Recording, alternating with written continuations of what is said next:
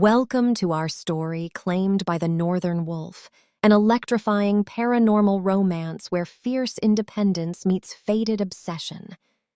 Can an alpha CEO protect his world and his mate from unseen enemies?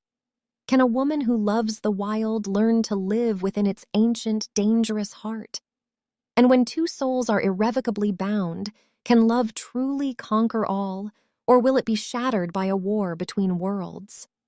Let's begin Chapter 1, Sidewalk Strangers. Vancouver was doing its best impression of a drowned rat, a persistent rhythmic drizzle of coastal waters that seeped into the marrow, a heavy silver curtain blurring the city's jagged skyline into a watercolor of gray. The sidewalks were a frantic war zone of snapping umbrellas and sidestepping shadows, a river of humanity flowing upstream against the cold, wet reality of a new year. Declan Carver cut through the chaos like magnetic silence in a sea of noise. A tailored wool coat, perfectly styled Norse hair, and eyes the piercing, terrifying color of an ancient glacier. At 6'4", he exuded a localized gravity, an aura that whispered, "I own this city, and possibly your soul."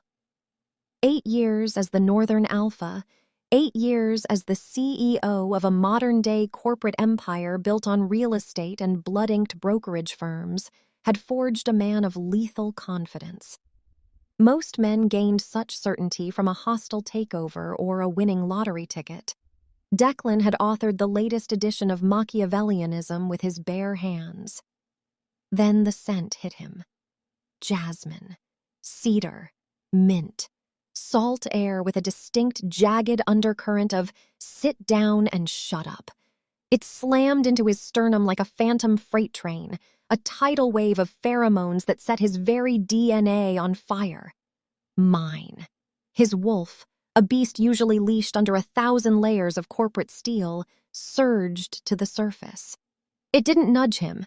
It roared with a clarity that fractured his world. Mine! Declan stopped mid-stride. Time didn't just slow. It suffered a violent arrest. The world became a blurry tableau of gray and neon around him. A tourist, oblivious and absorbed in a selfie stick, bounced off his iron-hard shoulder. Declan didn't even register the impact. He turned, his gaze, usually scanning for market threats and political leverage, now searching for the primal source of his undoing. There she was, long dark hair plastered to her skull by the rain, olive-toned skin glowing in the dim light, and a camera bag slung across her chest like a tactical weapon. Her stride wasn't a walk. It was a rhythmic defiance. "I will fight God and win." Zentraya Mars, Zen. He didn't know her name yet, but his soul had already branded her his obsession. Their eyes locked across 10 feet of rain-slicked chaos. Time didn't just wait. It held its breath. Declan moved. He didn't think, he hunted. Before his analytical mind could file a single protest, he stepped into her path. He wasn't blocking her. He was occupying her horizon. He was simply existing aggressively. Zen stopped short. 5'5" of pure, concentrated lightning, light hazel eyes flashing with immediate heat. She had to tilt her head back, far back, to meet his gaze. Her posture straightened, chin lifting in a challenge that made his wolf howl with approval. Her brows arched into a sharp, unfiltered V. "Excuse me," he smiled. It was slow, devastating.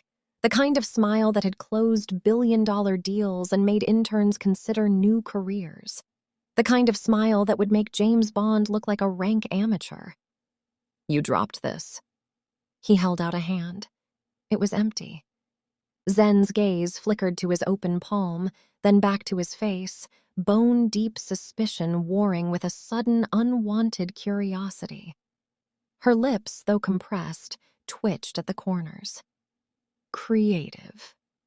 Determined," he corrected, his voice a low, amused rumble that vibrated through the damp air. I needed a reason to talk to you. She tilted her head, a bead of rain dripping from her hood across the defiant lettering on her chest. Do nerds, not drugs. And that's the best you've got? Because I've heard better pickup lines from parking meters. Declan's chuckle was genuine, a sound that shook something loose deep within his chest. Fair point. I'm Declan Carver. Zentraya Mars. Zen. She didn't offer a hand. She offered a deadline. And I'm late. For what? Wildlife doesn't wait for corporate pickup lines. I have a tentative date with a dumpster fox. She sidestepped him with the grace of a cat and kept moving. He fell into step beside her, his stride effortless, his presence a warm, unsettling weight.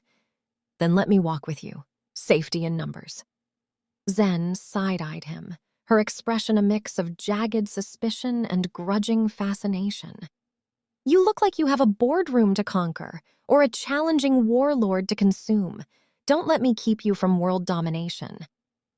Already conquered it. He matched her pace, his eyes glinting with a dangerous light.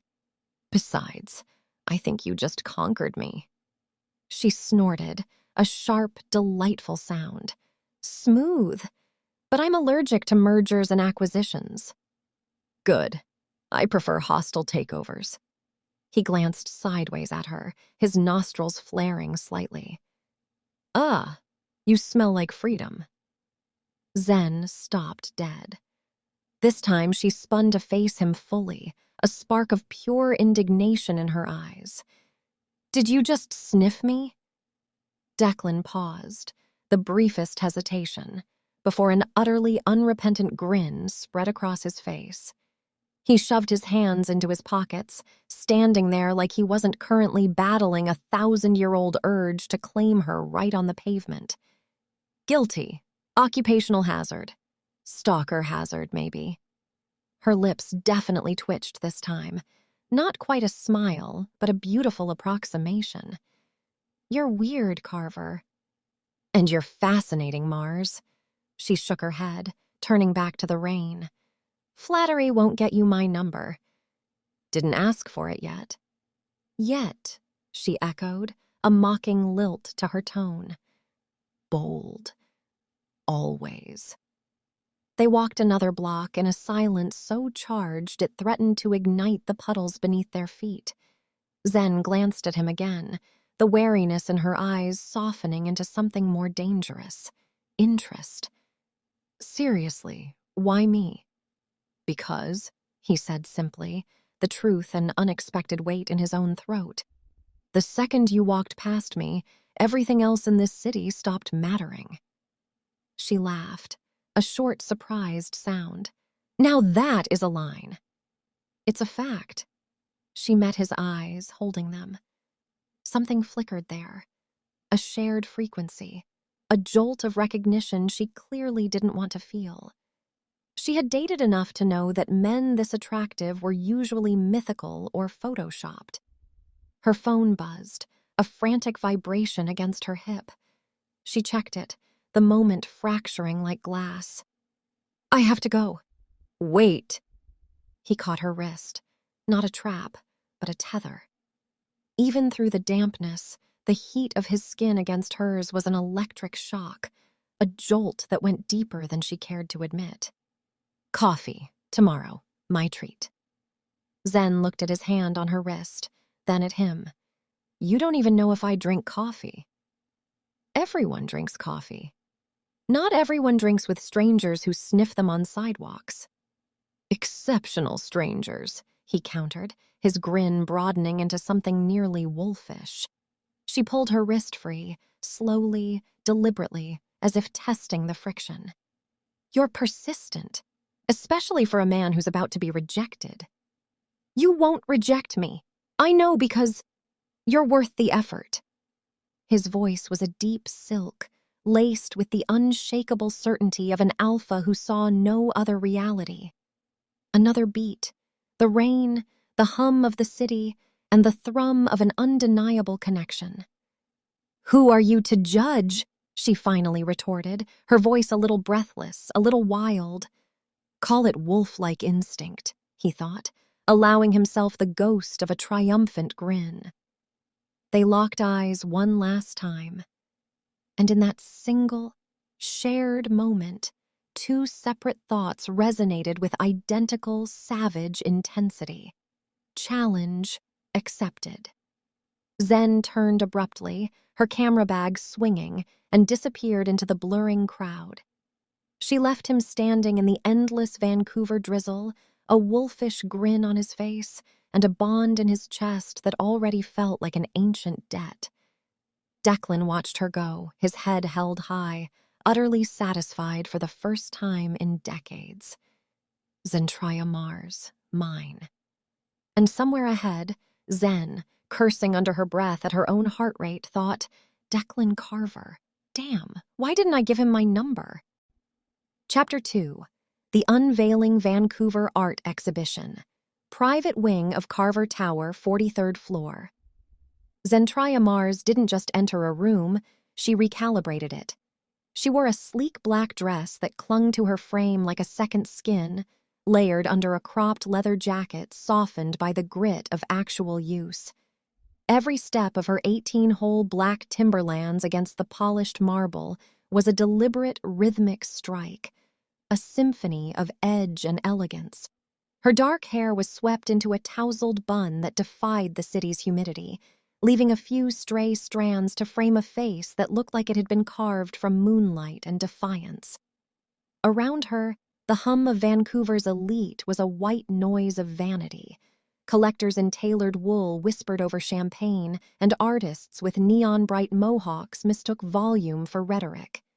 Zen's gaze swept past the pretension, past the socialites in bizarre avant-garde embroidery, to the only thing that mattered, her soul, pinned to the walls.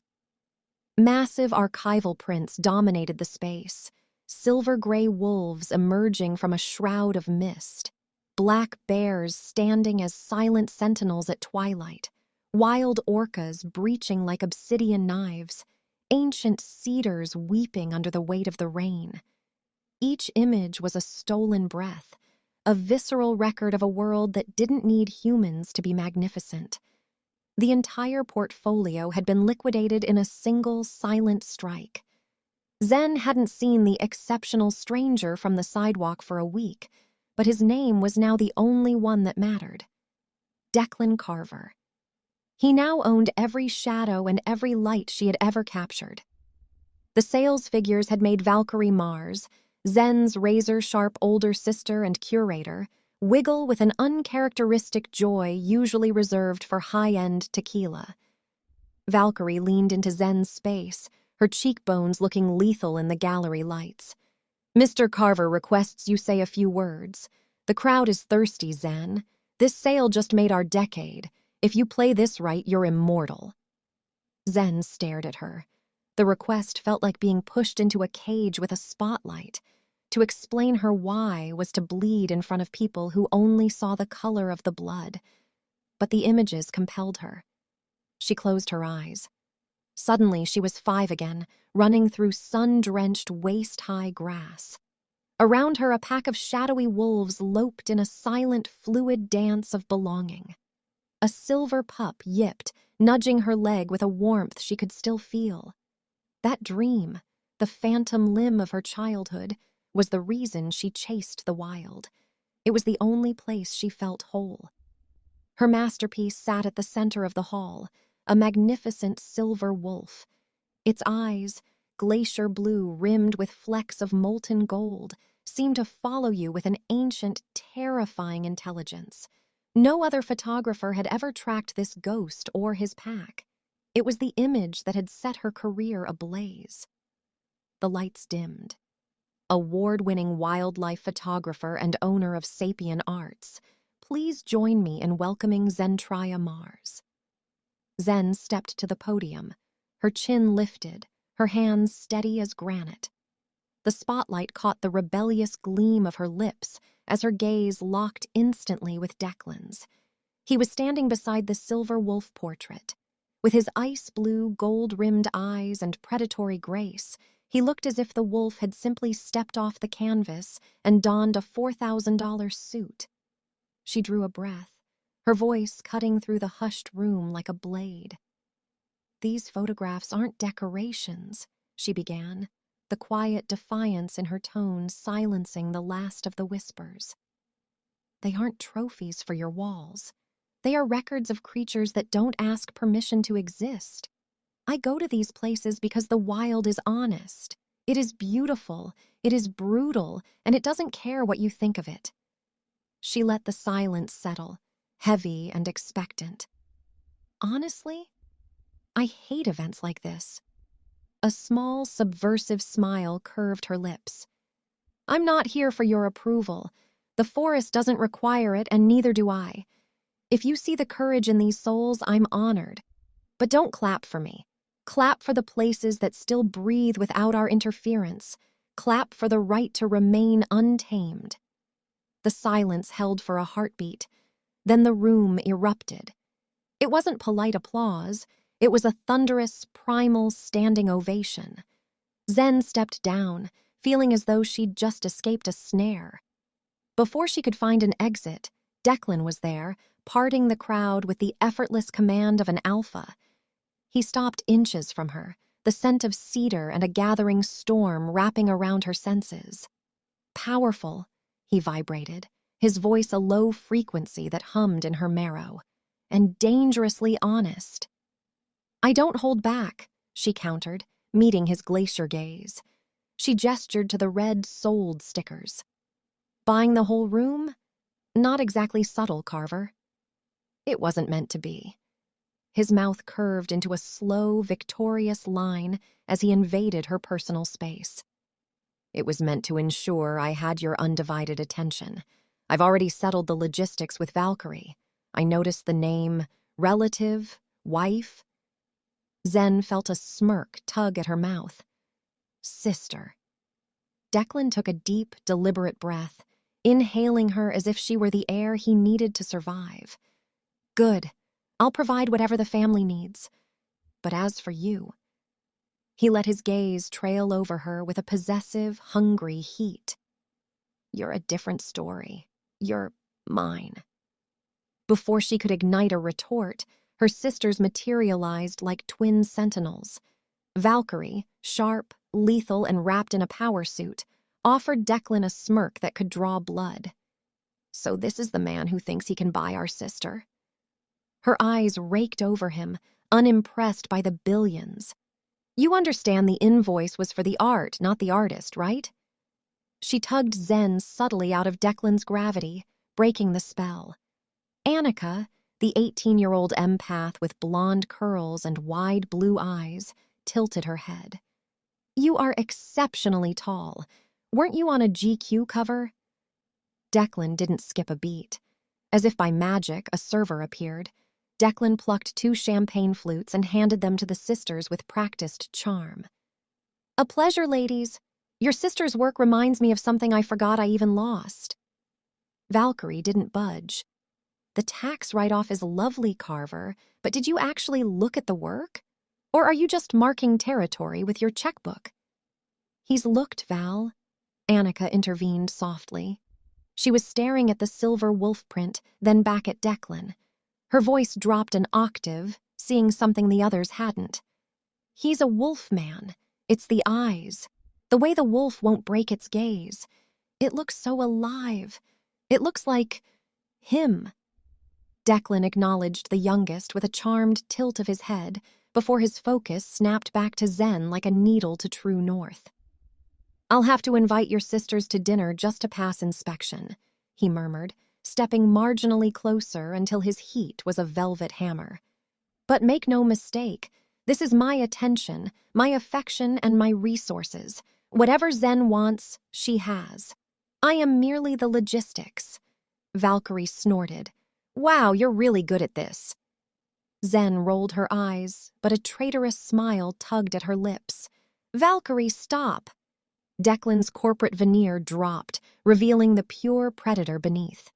"Bar, now," he commanded softly. "And about your next commission. I'm bidding. Subject, your terms. Supervision, Mine. Valkyrie barked a laugh. Supervision. Adorable. Zen studied him. She felt the static electricity in her limbs, the undeniable warmth low in her belly. He was circling her, buying her world just to stand in it. She was being treated like prey, and to her fury it was working. Declan's smile widened, slow, victorious. He extended a hand, palm open. I'll carry the gear, Zen. She reached out for a professional handshake, a final barrier. Instead, he pulled her flush against his chest. The contact was electric, a jolt of inevitable fate. Her world tilted, if only for a second, aligning with his.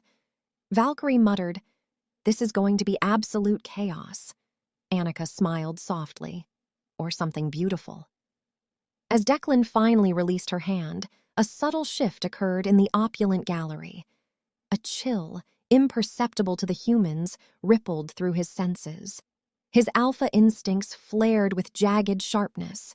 Another presence, an alpha, watching from the shadows beyond the velvet ropes. Declan's eyes hardened, shimmering with a gold-flecked warning. This wasn't just a corporate rival. It was a challenge to his soul. He squared his shoulders, a silent roar echoing through his mind to the unseen observer. This territory, and the woman in it, are fiercely claimed. 3. The view from the top, the shadow play. The Vancouver rain, cold and incessant, smeared the panoramic window of Rafe's discreet downtown lair, distorting the city into a weeping, blurry canvas. A tumbler of amber liquid, barely touched, condensation clinging like a shroud, sat forgotten on the sill. He wasn't watching the city lights. He was looking for the cracks in the foundation of the man who owned it. His phone vibrated, a metallic whisper in the opulent silence. Rafe. Omar Zhang's voice, a parched whisper through the encrypted line, seemed to crackle with impatience. The relocation proposal is not merely stalled, Rafe. It is dead in the water. We require the Northern Alpha's cooperation for the adjustments in the territories. His continued intransigence is costing us millions.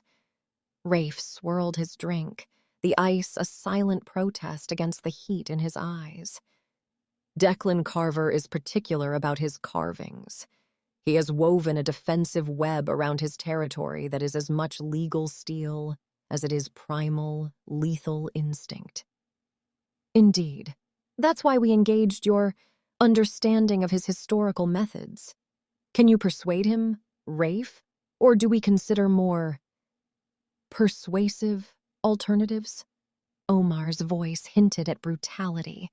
Rafe's lips thinned, a predatory seam. He'll be persuaded. He's got a lot to protect. I'm just gauging the true depth of its vulnerability. He ended the call, his gaze lifting to the glowing, impossible crown of Carver Tower, a dark silhouette against the bruised sky. Inside the Carver Tower penthouse, Declan stood before a breathtaking galaxy of holographic displays, shimmering with the digital heartbeat of his empire. To a human, they were complex zoning maps and equity spreadsheets. To Declan, they were the very pulse of his dominion, the precise digital scent markings of his fiercely guarded borders.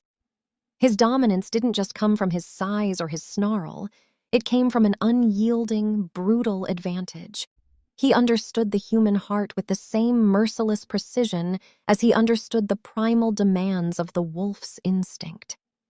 He had mastered the human game, the greed, the red tape, the psychological manipulation, and used it to build an impenetrable fortress of legal steel around his territory that no government or rival pack could break. He was a magnificent predator who had learned to hunt not with tooth and claw, but with tailored silk and the silent, devastating snarl of financial ruin. And he was bored, profoundly bored, of how effortlessly it had all fallen into his grasp. The whisper of the private elevator's chime, a sound usually devoid of emotion, suddenly resonated through the immense space like a gong. His senses sharpened. not around the impending arrival of a business associate, but around a specific intoxicating scent, rain and wild jasmine, underscored by something utterly untamed. The CEO mask, a meticulously crafted facade of cold reason, was firmly in place, but beneath it, the wolf, ancient and restless, was already pacing the confines of his own soul, tasting the air. The elevator doors whispered open, revealing a world of brutal luxury where the relentless rain smeared the glass like a weeping god.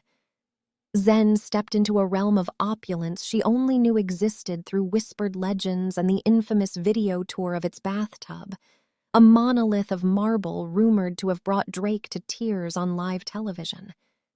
The same sleek black dress that had mesmerized him in the gallery now peeked from beneath an oversized, threadbare wool sweater, defiant and unyielding. It was a deliberate, silent statement. She was no prize for an obsessed billionaire, no Red Riding Hood to be charmed by a wolf in a tailored suit. The view, however, was a thief. It stole the air from her lungs, endless glass walls framing a churning harbor that bled into the majestic, dark-furred North Shore mountains, a solid black wall against a storm of brutal pinks and electric blues. A low, hypnotic fire danced in the hearth, casting long, shifting shadows. A table, set for two by the panoramic window, glowed with the warm light of candles, the ruby depth of red wine, and the rich, intoxicating scent of perfectly seared steak. Declan turned from the window, a figure carved from shadow and light. His sleeves were rolled to the elbows of his off-white shirt, revealing forearms corded with power. His gray-silver hair, usually controlled, was loose, falling across his forehead with a wild elegance. That Nobel Prize-worthy predatory smile, honed over millennia, was already waiting for her, framed by a few days of perfectly sculpted stubble. "Thank you for coming," he said, his voice a low, possessive purr that seemed to wrap around her. "I would have preferred to have a car pick you up. Nonetheless, welcome."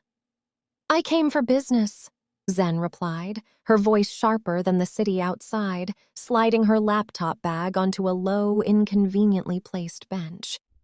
"And maybe morbid curiosity about whether the view is as obscenely beautiful as its price tag. Glad to know it is." He poured the wine, a deep, blood-red liquid, and handed her a glass.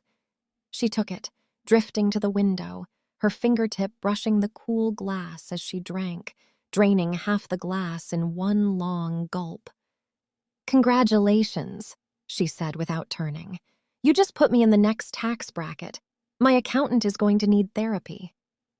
Declan stepped up behind her, close enough that his heat cut through the chill of the glass, yet not touching.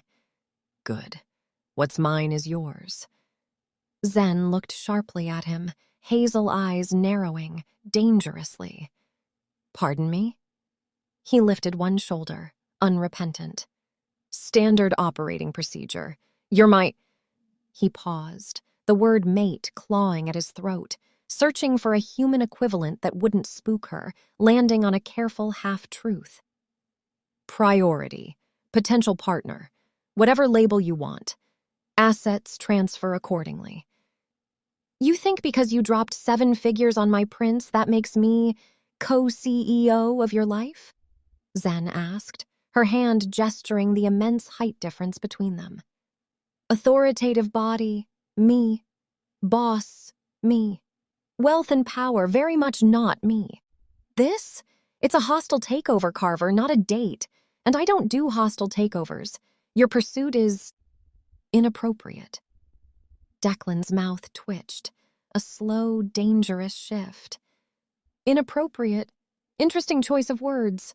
I'm the big bad wolf who finally found the one door he can't huff and puff his way through," he said, his voice dropping into a playful, wolfish growl. "You're the door with the excellent deadbolt and zero interest in being blown down." Zen snorted. "Smooth. But I'm no Red Riding Hood. I don't need a sugar wolf. Sugar wolf. He tasted the word, savoring it. I like that. Look, leadership is part of me. Authority, Alpha. It's a job that never sleeps. Responsibility on a leash that keeps getting tighter, choking the life out of everything else. He met her gaze, his voice softening, becoming something raw, vulnerable. Then you walked past on that sidewalk, and suddenly the leash had slack. A human reminded me what it's like to want something that isn't about domination and control, about me. Mate, that's a very animal word, Zen said, processing, a flicker of something she couldn't name in her eyes. Old habits, he shrugged. I don't want to own you, Zen. If I did, I would have offered you less and asked for more. I just like being around you. Even as a human, you are fire, a living, breathing challenge. Just the thought of you reminds me what being myself feels like. Zen studied him. The bond hummed in her chest like a second, wild heartbeat. And the tax bracket thing? That was your idea of romance? That's logistics, he grinned, a flash of white teeth. Romance is me carrying your gear through the mud next week without complaint. Romance is you deciding if you want to keep calling me on my bullshit so I don't turn into the monster the job wants me to be, the soulless machine it demands. Zen exhaled a half laugh, a breath of surrender. You're really committed to this helpless billionaire wolf routine. Helpless? He stepped closer, his voice turning velvet rough, a low growl that vibrated through Zen's chest, rattling her bones. Only for you, Zen, will I ever bend.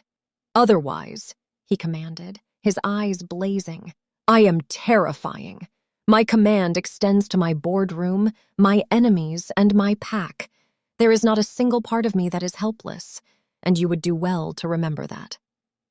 Zen tilted her head back, fighting for breath as he leaned into her space, his scent overpowering.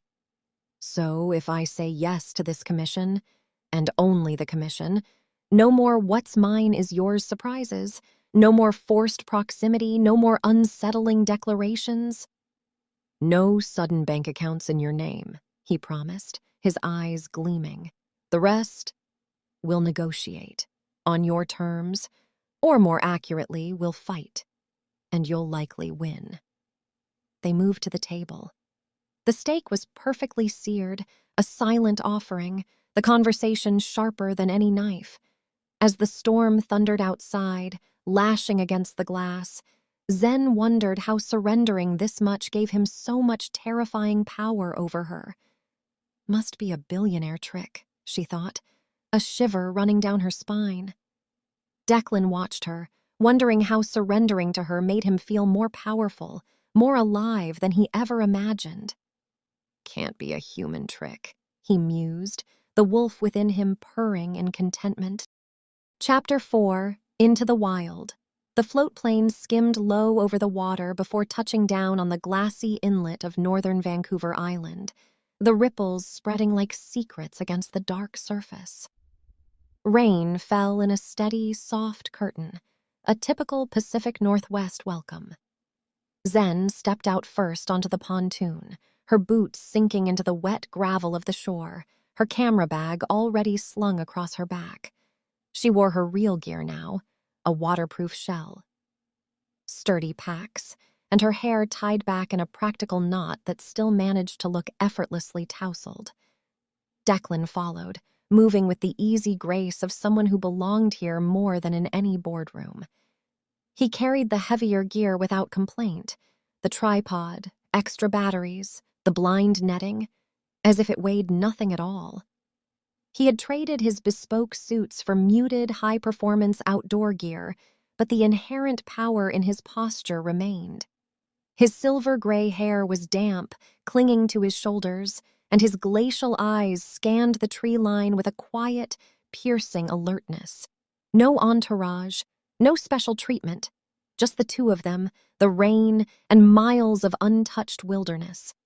They hiked inland through ancient cedar and hemlock, ferns brushing their legs, the air thick with the scent of crushed moss and salt. Zen led the way, her eyes on the trail, while Declan fought every temptation to simply pick her up and cover the distance with shifter speed. Humans remained utterly in the dark about the shifter world. This survival tactic had always made sense to Declan until this hike. He contented himself by watching her, how she moved, how she read the forest like an old friend, and how her spirit seemed to expand the further they got from civilization. By early afternoon, they reached the spot she'd scouted, a small rise overlooking a narrow valley where a stream met the inlet. Perfect sightlines for wolves, bears, and eagles. They set up the blind in companionable silence, their hands brushing occasionally as they staked the netting. The bond hummed stronger here, away from the city noise, insistent, warm, like a second heartbeat. Zen knelt to adjust the tripod, gazing up at him. "You're quiet.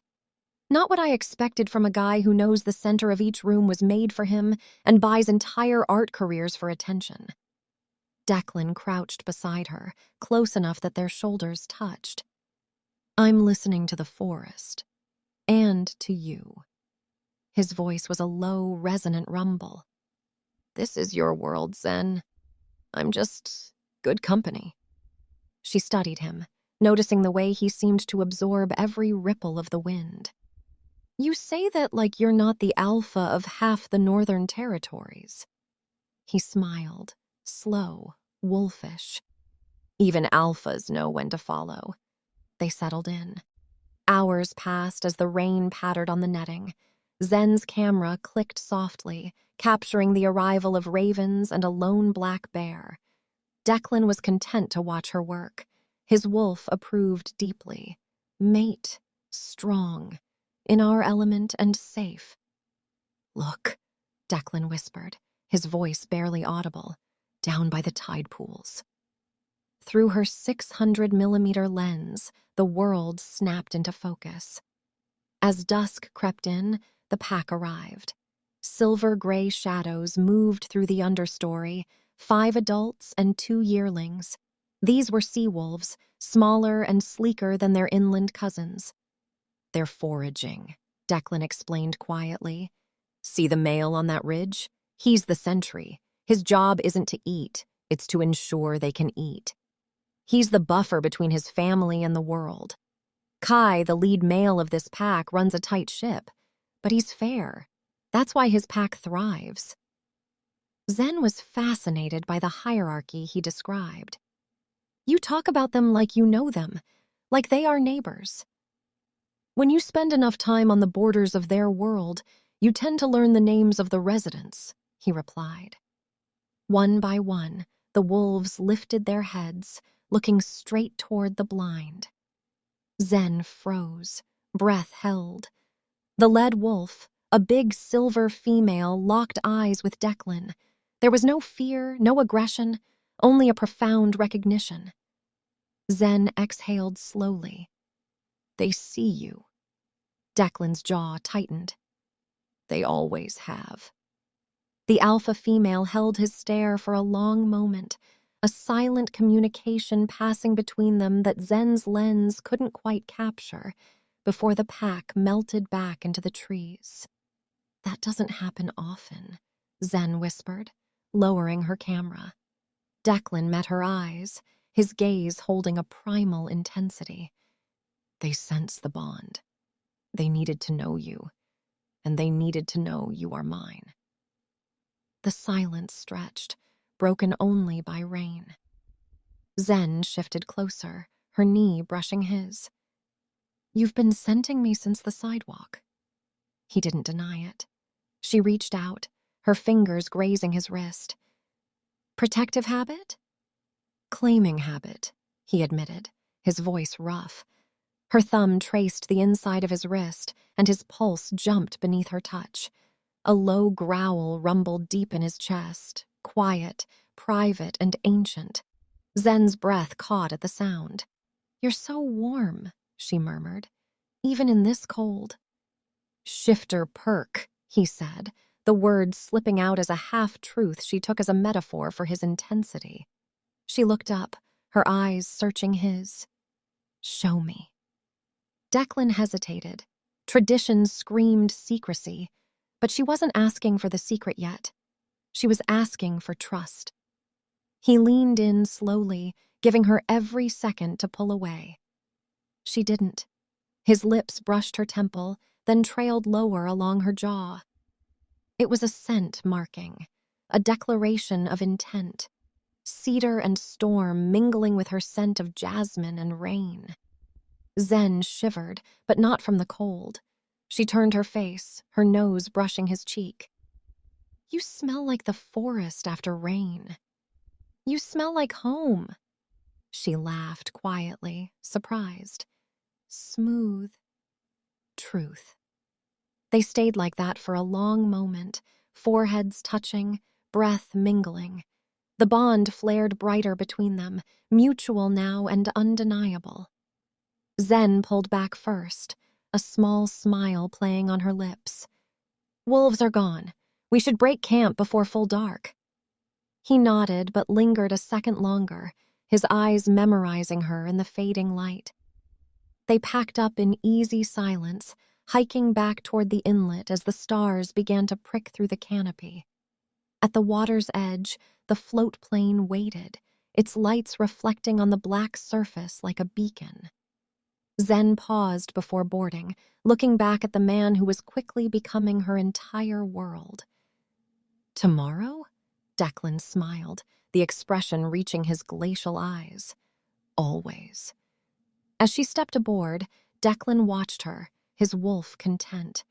The wild had claimed them both, and there was no turning back. Chapter 5. The City Trap. The relentless clang of the coffee grinder was a percussive assault, a steel-on-steel shriek that grated on Zen's raw nerves, almost as unbearable as the aggressively cheerful barista. She was hunched over her laptop, shoulders tight with tension, battling the stubborn pixels of her latest triumph. The ethereal, ghost-white patterns of sea ice she'd captured refused to translate, to yield their raw power to a two-dimensional screen. Across from her, Declan sat in a deceptively casual pose, a potent, coiled spring of a man. For an alpha who ran a multi-billion-dollar empire, he looked entirely too comfortable, sipping his espresso, his phone pressed to his ear as he murmured commands that probably involved the fate of sovereign nations.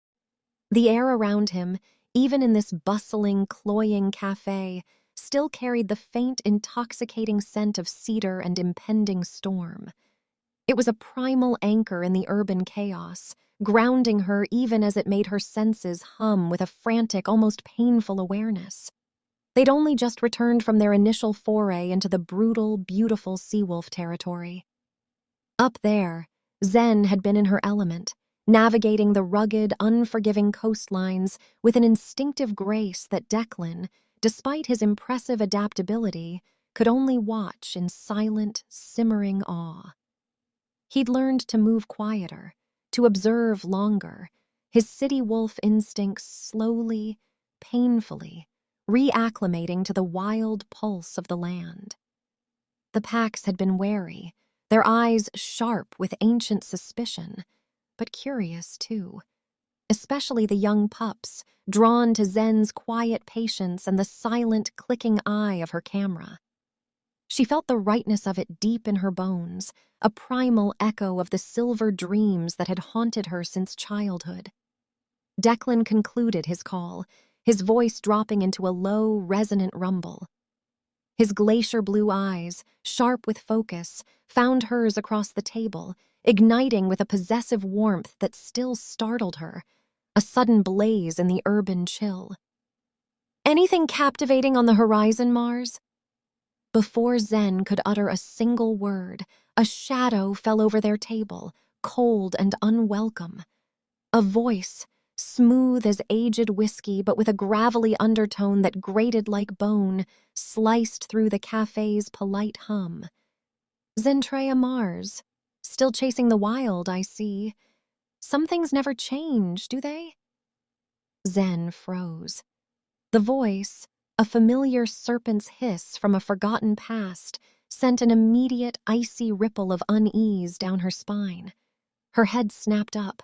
A man stood over them, impeccably dressed, his tailored suit as sharp and dangerous as Declan's. But where Declan exuded raw, undeniable power, this man, Rafe, carried a more polished, almost reptilian charm. His eyes, dark and assessing, lingered on Zen for a beat too long. A subtle claim, before flicking to Declan with a practiced, dismissive tick. "Rafe," Zen said, her voice clipped, brittle. "It's been not long enough." A flicker of something unreadable, regret, annoyance, a primal warning, crossed her features. "I didn't expect to see you here. Ever." Rafe's smile was a predatory slash that didn't quite reach his eyes. "A city this small, Zentraya? We were bound to cross paths, though I'd hoped it would be under different circumstances. Perhaps more profitable ones." He paused, his gaze sweeping over Declan with an almost practiced, condescending dismissal. "Last I heard, you were about to embark on something truly groundbreaking. But it seems you settled for this." He gestured vaguely at Declan, a subtle insult veiled in casual observation, razor sharp. "Missed opportunity, I suppose.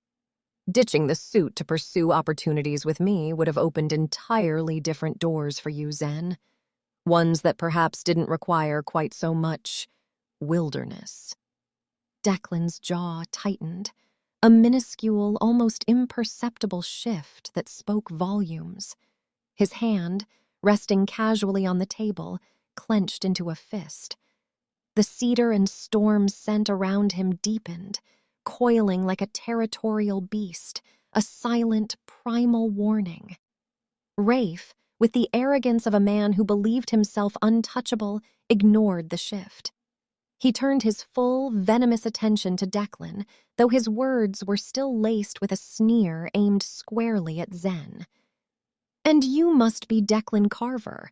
I recognize the aura of inherited privilege. It must be nice, having unlimited resources, to simply buy whatever you desire. Art, land, attention, perhaps even an exclusive wildlife photographer to add to your collection." His lips curled, a sneer of pure contempt. "Some of us have to work for what we want, scratch and claw. Others just inherit the keys to the kingdom and then play the benevolent patron." Zen felt a chill, cold and insidious, creep up her spine.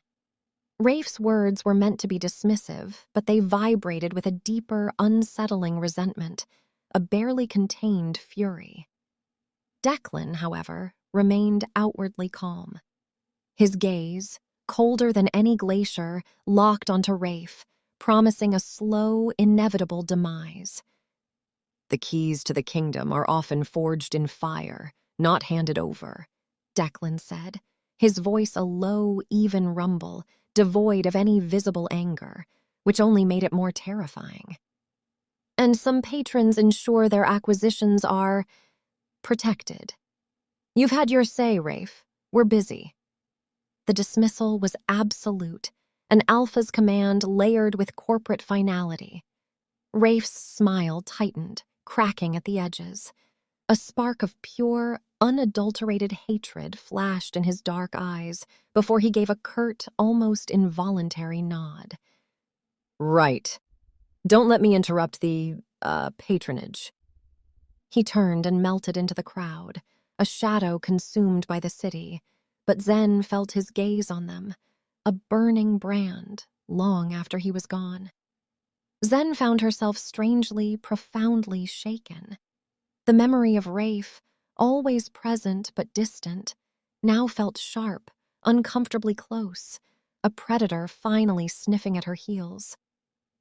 "What was that about?" she asked, her voice barely a whisper, thin and frayed. The unease that settled over her wasn't just about Rafe's thinly veiled insults. It was Declan's raw, almost predatory response, barely contained beneath his calm exterior, that made her feel a sudden, unsettling vulnerability. Declan leaned forward, his eyes softening as he looked at her, then hardening with a new, dangerous resolve. That, Zen, was a warning shot. He's an opportunist, a shark, and he's circling us. He paused, his gaze narrowing slightly, tinged with something fierce, something possessive Zen couldn't quite place. How do you know him, Zen? And what opportunities was he talking about? What wilderness did he imply you'd given up for me? His tone, though attempting casualness, had a tight, almost demanding edge that grated on her already frayed nerves. Zen's eyebrow arched, a spark of irritation igniting in her. We crossed paths years ago. He runs an investment firm, same as you, different side of the country. And before you ask, no, I didn't ditch anything with him, nor was I ever interested. She leaned back, arms crossing defensively, a barrier against his sudden, almost suffocating intensity. Are you seriously asking me that? You're acting like some jealous boyfriend, Declan. It's completely unjustified. Declan's jaw worked, the muscle twitching under his skin. Southern alpha, mate. Why did he know her? Why did he want her?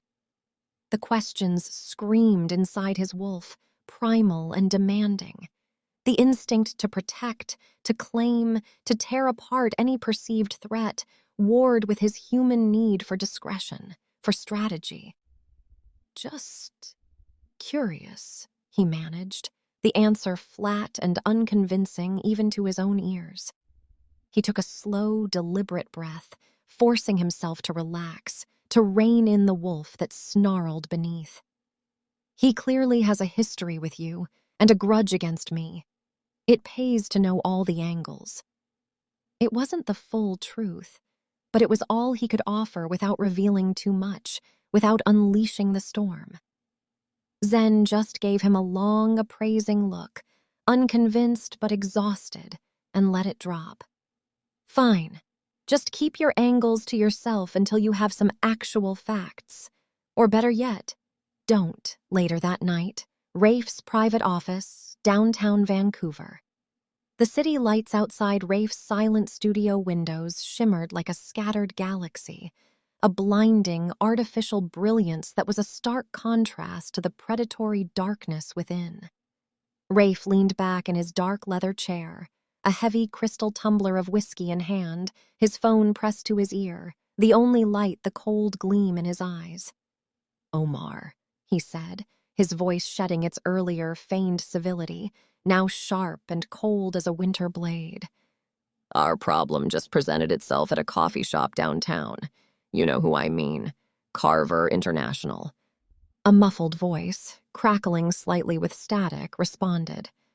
Carver? What's he doing out of his tower? And what about the situation? The situation is being managed, Omar, by me. Rafe corrected, a note of dangerous irritation, a simmering threat. The plan remains. We need to get him out of that legal high ground he's built. He's too entrenched, too good at using his red tape against us, a legal fortress. You and I both know the only way to beat a Carver is to distract him with something he can't ignore, then hit him where he least expects it. Hard. And what would that be? Omar's voice sounded skeptical, bordering on fearful. He's got a fortress around his northern interests. My last bid, it was a complete disaster, Rafe. The environmental impact reports, the local resistance, the expense. Rafe swirled his whiskey, the amber liquid glinting like liquid gold. A cruel, triumphant glint sparked in his dark eyes. Precisely. But now I have a way. The pipeline, Omar. The one that's been stuck in my southern territories for months, mired in endless litigation and local protests. It's becoming a liability, a drain. He paused, a slow, predatory smile forming on his lips. But what if we could shift its proposed route? Make it a viable project again? For you. Omar was silent for a beat, a long, agonizing pause. You mean back to the north? Carver's land? The very land I spent years trying to get clearance for before he locked it down, before he built his unassailable empire there. There was a dawning, terrifying excitement in his voice, a flicker of renewed greed. Exactly, Rafe purred, a viper coiling. Declan Carver has been spending too much time in his glass palace, playing at being a benevolent alpha, consolidating his resources. He spat the word resources with venomous disdain, the bitter envy from the coffee shop still a fresh, festering wound. He thinks he's untouchable, but he has vulnerabilities. He thinks he can use that red tape as a shield. I'm going to show him how easily it can become a noose, around his entire operation, around his neck. How? Omar pressed, a tremor of doubt still in his voice. He's legally impenetrable up there, and politically. He owns half the ministers. He owns them when his focus is on the city, Rafe countered, his voice dripping with cunning. But he's just returned from a little expedition up north with his new toy, the photographer Zentraya Mars. He's distracted. His pack protection instincts are being pulled in a new direction. He's dabbling where he shouldn't, leaving gaps. Rafe stood, walking to the single-pane window and gazing out at the glittering, unsuspecting city below, a true predator surveying its domain. If we can present a sufficiently enticing, legal-looking opportunity to him, a chance for him to expand his influence or protect natural resources, whatever noble lie he tells himself, it will pull him away from the litigating table. It will get him out of the city, out of contact long enough for you to move, Omar. You need to bribe the right officials, push your bids through the necessary channels, and get the clearances finalized before his legal team or even he himself realizes what's happened. By the time he registers the shift, the paperwork will be done, the permits issued, and the shovels in the ground. His entire foundation will be shaking, threatening to crumble, and his people, those he professes to protect, will begin to question his leadership, his strength. He took a long, slow sip of whiskey, the ice clinking softly in the vast silence. Omar, you might have failed before, but this time, Declan Carver is going to hand us the shovel himself. He just doesn't know it yet. Rafe's smile was chilling, a cold, calculating promise of ruin. And then, with his resources stripped away, with his focus divided, we'll see how much of a benevolent patron he truly is. We'll watch him fall. Chapter 6. The Way of the Alpha. The crisp morning air didn't just bite, it flayed Zen's cheeks, a stinging caress of the northern wild. Yet the raw exhilaration thrumming through her veins burned hotter, making her forget the chill. They were scything through the Johnstone Strait, the sturdy aluminum skiff not merely punching, but cleaving through the beak-churning waters with a surprising, almost defiant agility. Ahead, the endless labyrinth of islands, a verdant primal green against a sky the color of hammered lead, clawed at the horizon. It was a landscape that not only swallowed maps, but scoffed at them. And Declan, a silhouette of power at the tiller, navigated it by some archaic internal compass Zen couldn't fathom, a deep knowing that pulsed through his very bones. You realize we've made 3 turns that aren't marked on any nautical chart I've ever seen, she asked, leaning closer, her voice a fragile whisper against the engine's growl. She pulled her waterproof hood tighter, tucking a stray strand of hair back into its knot. A tiny act of control in a world rapidly unfurling beyond her understanding. There was no real anxiety in her voice, only a profound, almost reverent fascination. Over the past days, since their first successful soul-stirring trip, she had learned that being lost with Declan felt more profoundly found than anywhere else. He moved with an instinctual certainty that defied all conventional mapping, all logic. Declan didn't even glance at the small, whirring handheld GPS unit clipped to her belt. His gaze was a constant predatory sweep across the vast canvas of the strait. One hand rested lazy, yet utterly assured on the tiller, his eyes devouring the rhythm of the waves, charting the distant seabirds wheeling like omens, dissecting the subtle, shifting currents beneath the surface. "Charts tell you where the land was when the hydrographer surveyed it," he replied, his voice a low, guttural rumble, a deeper counterpoint to the engine's roar. "I'm looking at where the currents are going. The fish moved toward the deeper channels this morning. The wolves will follow the tide lines to intercept them." "You say that like you can hear the ocean talking," Zen teased, her breath catching in her throat, secretly mesmerized by his innate, almost mystical connection to this wild, unpredictable world. Every time he spoke of the ecosystem, it was with an intimate, ancient understanding she'd never witnessed in even the most seasoned, grizzled biologists. He merely smiled then, a fleeting, almost predatory curve of his lips. "Not talking, just breathing. And I understand its language." He steered the skiff into a narrow, almost impossibly hidden inlet, its mouth obscured by a cluster of jagged, ancient rocky islets. The water immediately calmed, transforming from choppy slate to an unearthly emerald green. With a practiced, seamless motion, he cut the engine. The sudden silence was not just profound, it was absolute, a heavy velvet cloak descending upon them, broken only by the distant, mournful calls of gulls and the gentle, insistent lapping of water against the hull. "This is it," he announced, his gaze sweeping the shadowy, forested shore with the knowing authority of a king surveying his domain. They anchored the skiff in a small, sheltered cove, its hull nudging a patch of impossibly soft sand. Zen carefully, almost reverently, packed her precious camera gear into a dry bag as Declan effortlessly secured the boat, his movements economical, powerful. Wading ashore onto a remote pebble beach, the air grew thick and heavy with the primal scent of pine, damp earth, and something wilder, untamed.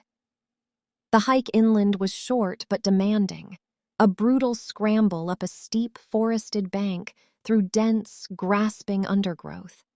Declan led, a silent, powerful force effortlessly clearing paths, always a step ahead, yet somehow always intimately aware of her every breath, her every struggle. He didn't just move through the forest, he flowed with it, a predator in its natural element. He knew exactly which moss-covered logs would hold her precarious weight and which rocks would betray her with a treacherous slip.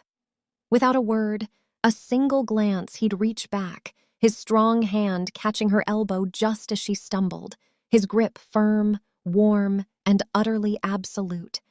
When they finally broke through the tree line, emerging onto a hidden estuarial delta shrouded in a mist of golden light, the sight seized her breath, stealing it from her lungs. It was a photographer's fever dream.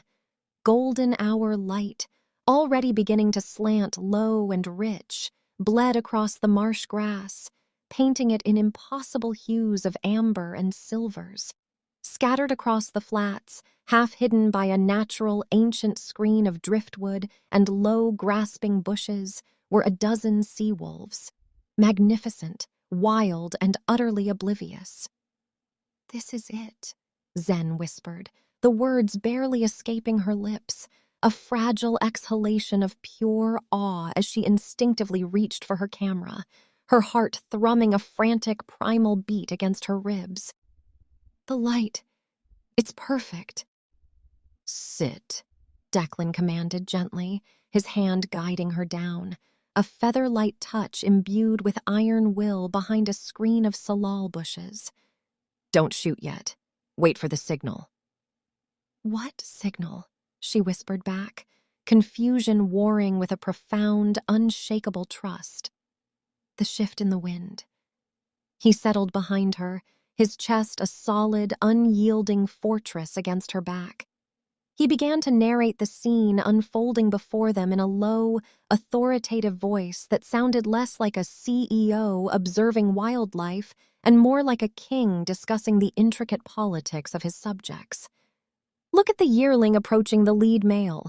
See how he tucks his tail, a plea, and licks the corner of the alpha's jaw? That's not just submission. It's a desperate request. He's asking for permission to hunt the perimeter, to prove himself. Zen captured the moment, her finger flying across the shutter button, a frantic dance. The clarity of the shot, even through the long lens, was stunning, surpassing anything she'd ever taken. "How do you know that's what he's asking?" she breathed, mesmerized. "Because the alpha, the one with the dark brown coat, Kai, is already looking toward the western ridge," Declan explained, his voice unwavering, a chilling certainty. "He's denying the request. There's a bear on that ridge we can't see yet. He's protecting the pup from its own youthful ambition." Zen watched, spellbound, as the yearling backed off, exactly as Declan predicted. It circled back to the safety of the main group, chastened, a lesson learned. It's a hierarchy of survival, not just power. "Exactly," Declan murmured, his hand settling on her shoulder, a possessive weight. She could feel the heat radiating from him, a deep, elemental warmth that penetrated her layers of clothing, settling deep within her bones. A real leader doesn't lead by fear. He leads by being the most capable person in the room. He bears the terrifying weight of every life in the pack. If they go hungry, it's his failure. If they are hunted, it's his blood that must be spilled first. He is the shield. Zen turned her head slightly, looking at him, a sudden, blinding insight crashing through her. His profile was carved from stone, ancient and formidable, his gaze fixed on the wolves with a proprietary intensity that went beyond simple observation. "You're describing yourself, aren't you? Not just the wolves, not just Kai." Declan finally looked at her, his glacier blue eyes swirling with molten gold in the dying sunlight, a storm of raw power held barely in check. The sheer, untamed force in his gaze made her heart skip a beat, then pound with a primitive, insistent rhythm. "I'm describing the way the world is supposed to work, Zen. The strong protect the beautiful. The wise protect the wild. That is my creed." For the next hour, guided by Declan's unspoken cues, his whispered warnings, and his unnerving insight, Zen took the best photos of her career, photos that would define her. He knew exactly when the alpha female would stretch and howl, a mournful, ancient cry that echoed across the inlet, raising the hairs on Zen's arms. He knew precisely when the pups would break into a playful squabble, their tiny nips and growls a miniature, charming echo of their elders' ferocity.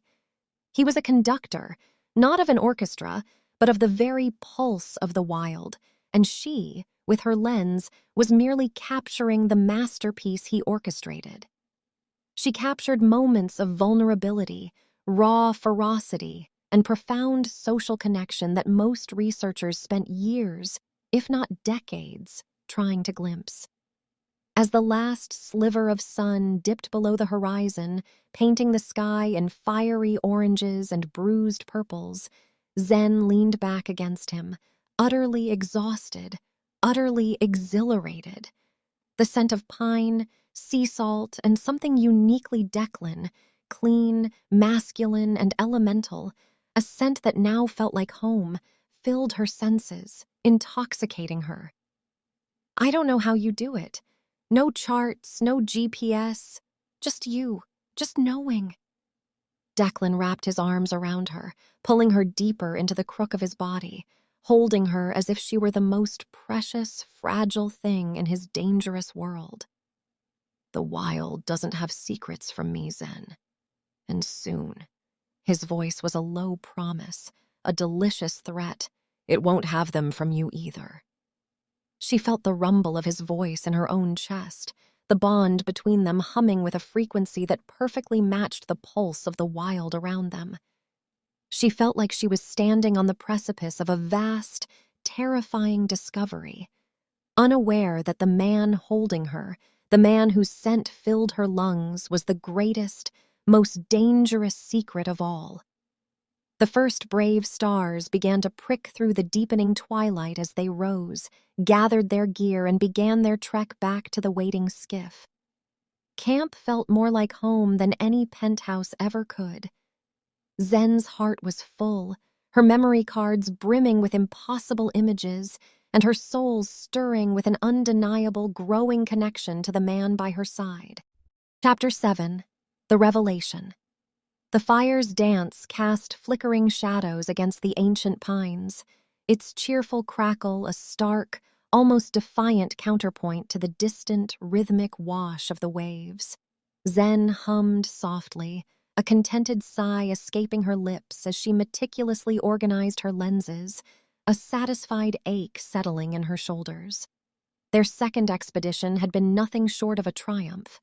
Every shot, every hushed observation of the elusive coastal wolves felt infused with a deeper understanding, a visceral connection she hadn't dared to anticipate.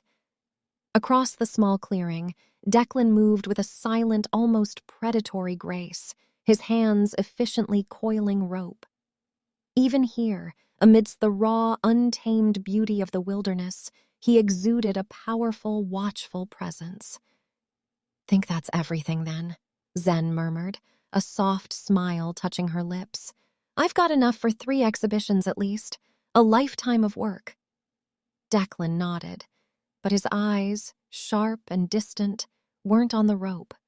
They were fixed, unnervingly still, on the shadowed perimeter of their camp, a subtle yet unmistakable tension tightening the corded muscles of his shoulders. "Almost," he said, his voice just a shade too casual, too low. "I'm going to do one last sweep, make sure everything's secure for the night." He didn't meet her gaze. "Just a quick one. Been sensing something off, a prickle at the back of my neck." Zen frowned, a sudden chill replacing her warmth. She knew that prickle. She'd learned to trust his instincts implicitly. She didn't argue. He melted into the deepening shadows of the bordering pines, a ghost in his own element. A shiver, colder than the cooling evening air, traced a spiderweb path up her spine. She turned back to their tent, her gaze falling, without conscious intent, on their neatly stowed gear. That's when she saw it. The tent flap, usually secured by a taut, toggled loop, was slightly ajar.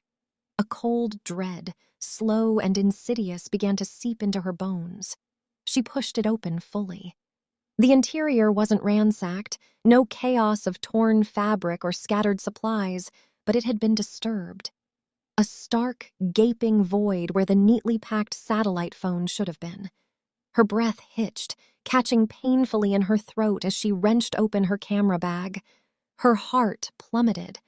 All her SD cards, the meticulously organized, waterproof case containing months, years of irreplaceable data, were gone. Vanished. "Declan!" Her voice was a raw, strangled gasp, a sound torn from her very core.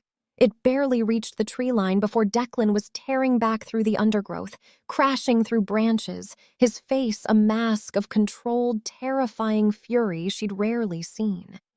"What is it? Did you—" He stopped dead, his words choked off as his eyes locked onto the opened tent, the devastating void in her camera bag, the stark, raw fear etched onto her face. "The cards," he snarled, a low, guttural sound. "And the sat phone?" Zen could only nod, tears pricking her eyes. A lifetime of her passion, her work, stolen in a breath. "Damn it!" Declan roared, the sound ripping through the quiet forest.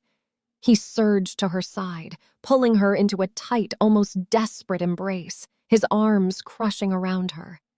"It's all right, Zen. It's all right." We'll find them. We can extend the trip. Stay longer. Take more shots. We have time. Don't worry." He tried to soothe her, his voice a fierce rumble against her hair, but his eyes were blazing, wild, scanning the tree line again. His jaw clenched so tight a muscle pulsed violently in his temple. A rustle in the trees, too deliberate, too heavy to be mere wildlife, made them both freeze. 5 figures, tall and heavily built, emerged from the impenetrable shadows, moving with an unnerving, synchronized grace that spoke of practiced unity.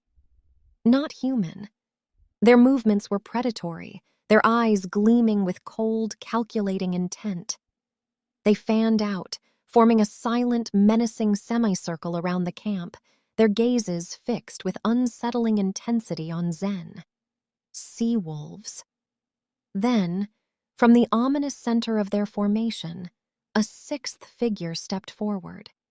He was taller, more powerfully built than the others, with dark, unreadable eyes that held both the weight of ancient authority and a deep, weary concern. Kai. The dark brown alpha wolf Declan had been observing over the past 2 days, always at a distance, now stood before them in human form, a grim presence. Declan's arm tightened around Zen, a silent, powerful gesture pushing her subtly behind him. His eyes, now a glacial, dangerous blue, met Kai's. "Stay in the tent, Zen. Now!" The command was soft, barely a whisper, yet it possessed an unyielding, ironclad authority that brooked no argument. Zen, trembling violently, retreated just inside the tent flap, peeking out, her heart hammering a frantic rhythm against her ribs. "Kai," Declan greeted, his voice unnervingly calm, even, belying the sheer tension radiating from his coiled frame. "To what do we owe this unexpected visit?" Kai's piercing gaze flicked to the tent flap, then back to Declan. His posture was respectful, his voice steady, yet his words carried a heavy, undeniable weight. "My young ones are agitated, Declan. Rafe has been here, whispering venom in their ears, telling them you are lax, that you failed to protect the territories from human encroachment, that this—" He gestured to Zen, still partially visible in the tent opening, a vulnerable, defiant sliver of humanity, "is proof of your failings." Declan's jaw clenched, a low growl rumbling deep in his chest. "Rafe is a liar. He has his own twisted agenda." "Perhaps," Kai conceded, his eyes holding no judgment, only a deep-seated ancestral worry. "But his words have stirred old fears, old hatreds. My young wolves see a human where there should be none. They believe she poses a threat to our lands, our ways. They demand she be removed." "She is under my protection," Declan stated, his voice now a low, dangerous growl, a rumble of ancient territorial authority that seemed to vibrate the very ground. He was battling, struggling to diffuse the volatile situation without revealing his true, monstrous nature to Zen, striving to navigate this impossible chasm human to human. But his desperate reluctance to immediately dominate, to shift and assert his true alpha status, left a crucial sliver of perceived weakness, a fatal hesitation in the eyes of his species. It was all the opening a young, hot-headed sea-wolf needed. One of the figures on the flank, lean and wiry, took a brazen step forward, his lips curling back from impossibly sharp teeth in a silent, savage snarl. He snapped his jaw, a quick, violent movement aimed not at Declan, but directly at the tent where Zen hid, a clear, horrifying threat. Kai's eyes flared, burning with a sudden, violent rage. A tremor, immense and uncontrollable, ran through his powerful frame. With a roar that shook the very ground, tearing through the night, he shifted. Bone ground against bone, muscle twisted, fur erupted in a grotesque, beautiful explosion of power. In a heartbeat, the human form was gone, replaced by a massive dark brown wolf, eyes blazing with raw, unbridled alpha fury. He launched himself at the defiant young wolf, a terrifying warning growl vibrating deep in his chest, forcing the impudent pack member to immediately cower, whimpering wretchedly into the dust. The violent, sudden sight of Kai's transformation was the catalyst. It triggered something primal, instinctual, deep within Declan. The alpha within him, already bristling with territorial rage and an incandescent protective fervor over Zen, could no longer be contained. A blinding flash of silver-gray fur, an explosion of sheer earth-shaking power, a ripping sound, as if reality itself was tearing. Declan shifted.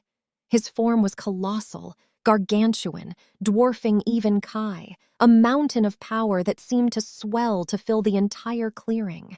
His coat was the color of a raging winter storm, swirling with silver and slate, his eyes glacial blue, shot through with molten gold, burning with an ancient, terrifying intensity that promised annihilation.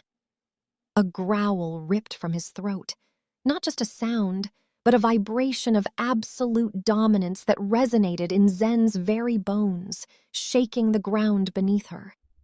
Zen, frozen at the tent opening, a scream trapped unheard in her throat, witnessed it all. The world tilted violently on its axis, her reality shattered into a million impossible fragments. Then, with an astonishing, terrifying clarity, it was reforged in an instant. This was him. The wolf from her deepest, most potent dreams. The protector, the predator, the ancient, untamed spirit. The young sea-wolves, already cowering from Kai's fury, whimpered outright and scattered, vanishing into the forest like shadows, swallowed by the darkness. They had never encountered such overwhelming raw power. Kai, the dark brown alpha, did not flee. He stood his ground, meeting Declan's fierce, blazing gaze for a long, charged moment, then slowly, deliberately, he lowered his head, flattening his ears in a gesture of profound, undeniable submission. With a final, sorrowful glance at Zen, a look heavy with pity and resignation, he turned and followed his retreating pack members, disappearing into the dark. Declan, still in his magnificent, terrifying wolf form, turned slowly, ponderously, his enormous head lowering until his glacier blue eyes, now softened with an agonizing plea, met Zen's. He held her gaze, a silent question, an unspoken terror of rejection in his depths. Then, with a shuddering, bone-deep breath that seemed to rattle his very existence, his massive body began to ripple and shift. Fur receded, muscles convulsed, bones reshaped with sickening fluid grace, until he knelt before her, a naked man, his head still bowed, his powerful shoulders slumped in utter defeat. He remained utterly still, utterly vulnerable, awaiting her judgment, his fate in her hands. Zen felt nothing but a strange, profound calm. No scream, no fear, no shock even. Just a quiet, unwavering recognition, as if a missing piece of her soul had finally clicked into place. Her dream wolf. Here, real. Her eyes swept over him, over the magnificent, terrible transformation, then to the discarded, torn clothes by the tent. Without a word, she turned, walked into the tent, her steps steady, picked up another pair of his pants, folded neatly, and walked back out. She paused, then gently placed them on the ground in front of him, still kneeling, head bowed, refusing to meet her gaze. Then, just as silently, she walked back into the tent and sat down on her sleeping roll, leaving him there in the flickering, dying firelight, the profound, resonant silence of the forest heavy around them. Her complete shock was understandable, but she was an intelligent woman. Her realizations to come would ensure she would never be the same. Chapter 8. The Claiming. As Zen sat on the mat, Cross-legged, the quiet of the tent was not just deafening, it was a crushing void, yet her mind was a howling tempest. Shock still ripped through her veins, an icy current, but it was being violently consumed by a surging, undeniable tide of clarity. One by one, the shattered fragments of her life slammed into place with an almost agonizing precision. Her award-winning photograph, the impossible silver wolf with the glacier blue and gold eyes, him, always him. Her recurring childhood dreams of that same magnificent, terrifying creature, chasing her, protecting her, calling to her through the mists of sleep. Him, her fate, whispered in the dark. His absurdly possessive, "What's mine is yours," comments. His mine growled softly in the restaurant, the veiled threats to Rafe, all the alpha-like pronouncements, the casual use of the word mate she'd foolishly dismissed as jokes or corporate power plays. Real. Every damn electrifying word. Her inexplicable, almost supernatural pull to him from the moment they met on the sidewalk. Real. A primal tether she couldn't sever. The way her body responded to his touch, the insistent thrumming in her chest, the undeniable warmth coiling low in her belly. It wasn't merely attraction. It was visceral recognition. It was destiny, clawing its way to the surface. She tore through a lifetime of truths, each revelation a fresh breaking wave, stripping away every meticulously constructed layer of her rational world. She was not just a woman who loved the wild. She was claimed by it, by him, irrevocably. The tent flap shivered open, a soft, almost reverent sigh. Declan, shirtless, his powerful chest a landscape of muscle and shadow in the flickering firelight, entered with a predatory grace that belied his current demeanor. His eyes, though still blazing with an inner intensity, remained downcast, fixed on the packed earth as he approached her. He didn't look up, didn't utter a sound. He simply came to kneel before her, a mountain of raw, untamed power brought low, his head bowing deeply until it rested, a vulnerable weight, in her lap. She felt the profound tremor in his shoulders, the frantic beat of his heart thrumming against her thigh. She felt his utter submission, his paralyzing fear of her judgment, his silent, desperate apology for a secret held too long, for a world too wild to ever fully comprehend. He, the man who could tear through flesh and bone, who shifted into a magnificent wolf, a creature of myth and primal terror, whose wealth and power could command nations, knelt before her, head bowed, utterly exposed. He looked in that shattering moment as if she held more power over him than he could ever wield. Her acceptance, her forgiveness, was his absolute world. A profound, aching tenderness exploded in Zen's chest, burning away the last lingering wisps of shock. This was no monster. This was hers. This was the creature from her deepest dreams, the other wild half of her soul, utterly exposed, utterly devoted. With trembling hands, she cupped his face, lifting it until his eyes met hers. "I saw you," she breathed, her voice a raw, low vibration that resonated with untold years of yearning. She wasn't talking about that accidental encounter on a Vancouver sidewalk. She was talking about the silver-gray shadow that had haunted her viewfinder for a decade, the phantom she'd chased across continents. "I've been looking for you in every forest, on every solitary ridge. I thought I was obsessed with a ghost." Declan let out a shuddering, ragged breath, his forehead falling back against hers.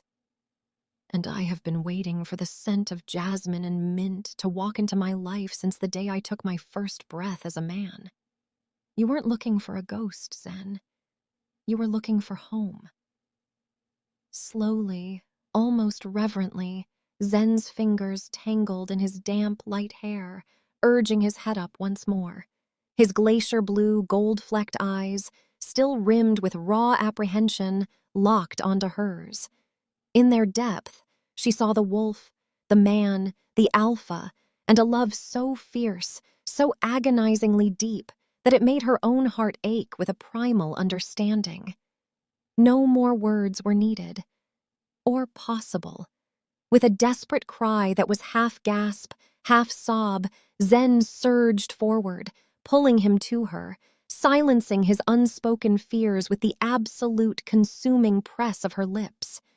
The kiss was instant, primal, a fierce, hungry eruption of all the unspoken longing, the denied connection, the fated, undeniable certainty that had coiled, tight and burning between them since the moment their paths first crossed. His arms, corded with power yet trembling with unleashed emotion, wrapped around her, pulling her so fiercely close until there was no space, no air, no separation between their very souls. She felt the thunderous rumble in his chest, a deep, guttural sound that resonated through her bones, a primal declaration. His teeth scraped lightly against her lower lip, an instinctive, possessive nuzzle before his tongue tangled with hers in a desperate, demanding dance of pure hunger. His hands, no longer hesitant, surged upward, cupping her face with startling tenderness, then diving into her hair, holding her captive in the electric intensity of their bond. Zen shifted, straddling his lap, her legs instinctively wrapping around his hips, pressing their bodies together with a desperate, all-consuming need.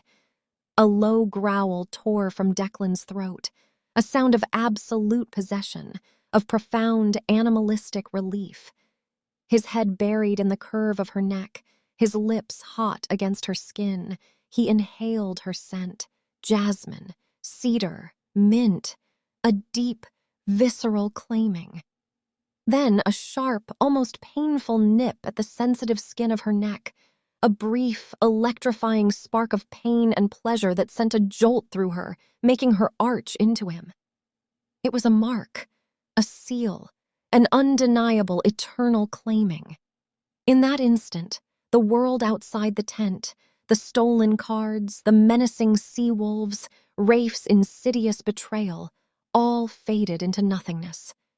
There was only the blistering heat, the intoxicating scent, the desperate urgency of two fated souls finally recognizing and accepting their intrinsic, unbreakable connection. Her wolf, his wolf, their human hearts, all entwined, irrevocably, savagely, perfectly. They drifted in the afterglow, tangled in wool blankets, their sweat-slicked bodies slowly cooling as the moon carved its arc across the sky. For timeless hours, the universe had been reduced to the fragile, sacred space between their heartbeats. "You're going to have so many questions," Declan murmured, his hand draped possessively over her hip, his touch a brand. "About the pack, the rules, what this means for your life." Zen turned in his arms, her gaze sweeping over the man-wolf who had just utterly upended her reality. She felt the mark he'd left on her neck, a dull, thrumming heat that vibrated deep within her, a silent signal that she belonged to the Alpha of the North. "I've spent my life studying things that don't ask permission to exist, Declan. I don't need a manual. I just need to know if you're ever going to try to put me in a cage." He pulled her closer, his gaze burning into hers with a fierce, protective fire. "Never. You're the only wild thing I've ever met that I respect too much to own." They fell into a deep, soul-heavy sleep, only to wake as the first gray, tentative light of dawn began to bleed through the tent fabric. They came together once more, a slower, more tender union, infused with the quiet awe of new beginnings as the morning mist rolled in from the sea, a soft, profound seal on the promises made in the fierce dark. But as the sun began to properly crest the horizon, painting the world in hues of fire and gold, The atmosphere shifted with unnerving suddenness. The quiet peace was violently shattered by a collective low vibration that made the very ground beneath the tent floor hum, a deep resonance that spoke of approaching power. Chapter 9. Collateral. The dreamlike bubble of the night didn't gently pop. It shattered violently under the sudden, brutal assault of reality. Declan was a blur, coiling from the blankets, every muscle taut, every instinct screaming danger. He didn't just sense movement. He felt the crushing, collective weight of his responsibility, a dark tide rising to engulf them both. The fragile silence of their intimacy was ripped apart by a sudden, violent assault of the rainforest's life. Zen couldn't switch it off, couldn't filter the onslaught. Every rustle became a roar, every distant bird call a shriek, every faint scent a suffocating cloud. Her mind was a kaleidoscope of overlapping instincts, the hidden paths through the undergrowth, the subtle shifts in wind, the deep living pulse of the earth itself, all screaming for her attention. It was the biological inheritance of a Luna, the pack's very heart, but in her human brain, it felt like a fever dream, a descent into pure madness. It was simply too much. She gasped, clutching her head, a low moan tearing from her throat as she tried to sit up. The tent spun violently around her, the ground tilting beneath her. Zen? Declan was instantly there, a solid anchor in her reeling world, his voice a low, primal vibration that echoed deep within her bones. "Too much," she rasped, clawing at her temples, eyes squeezed shut against the onslaught. "I can feel the moss under 1,000 paws, see through eyes that aren't mine, hear the distant snap of a twig a league away. It's not me." He understood. This wasn't just a sensory flood, it was a tidal wave, drowning her.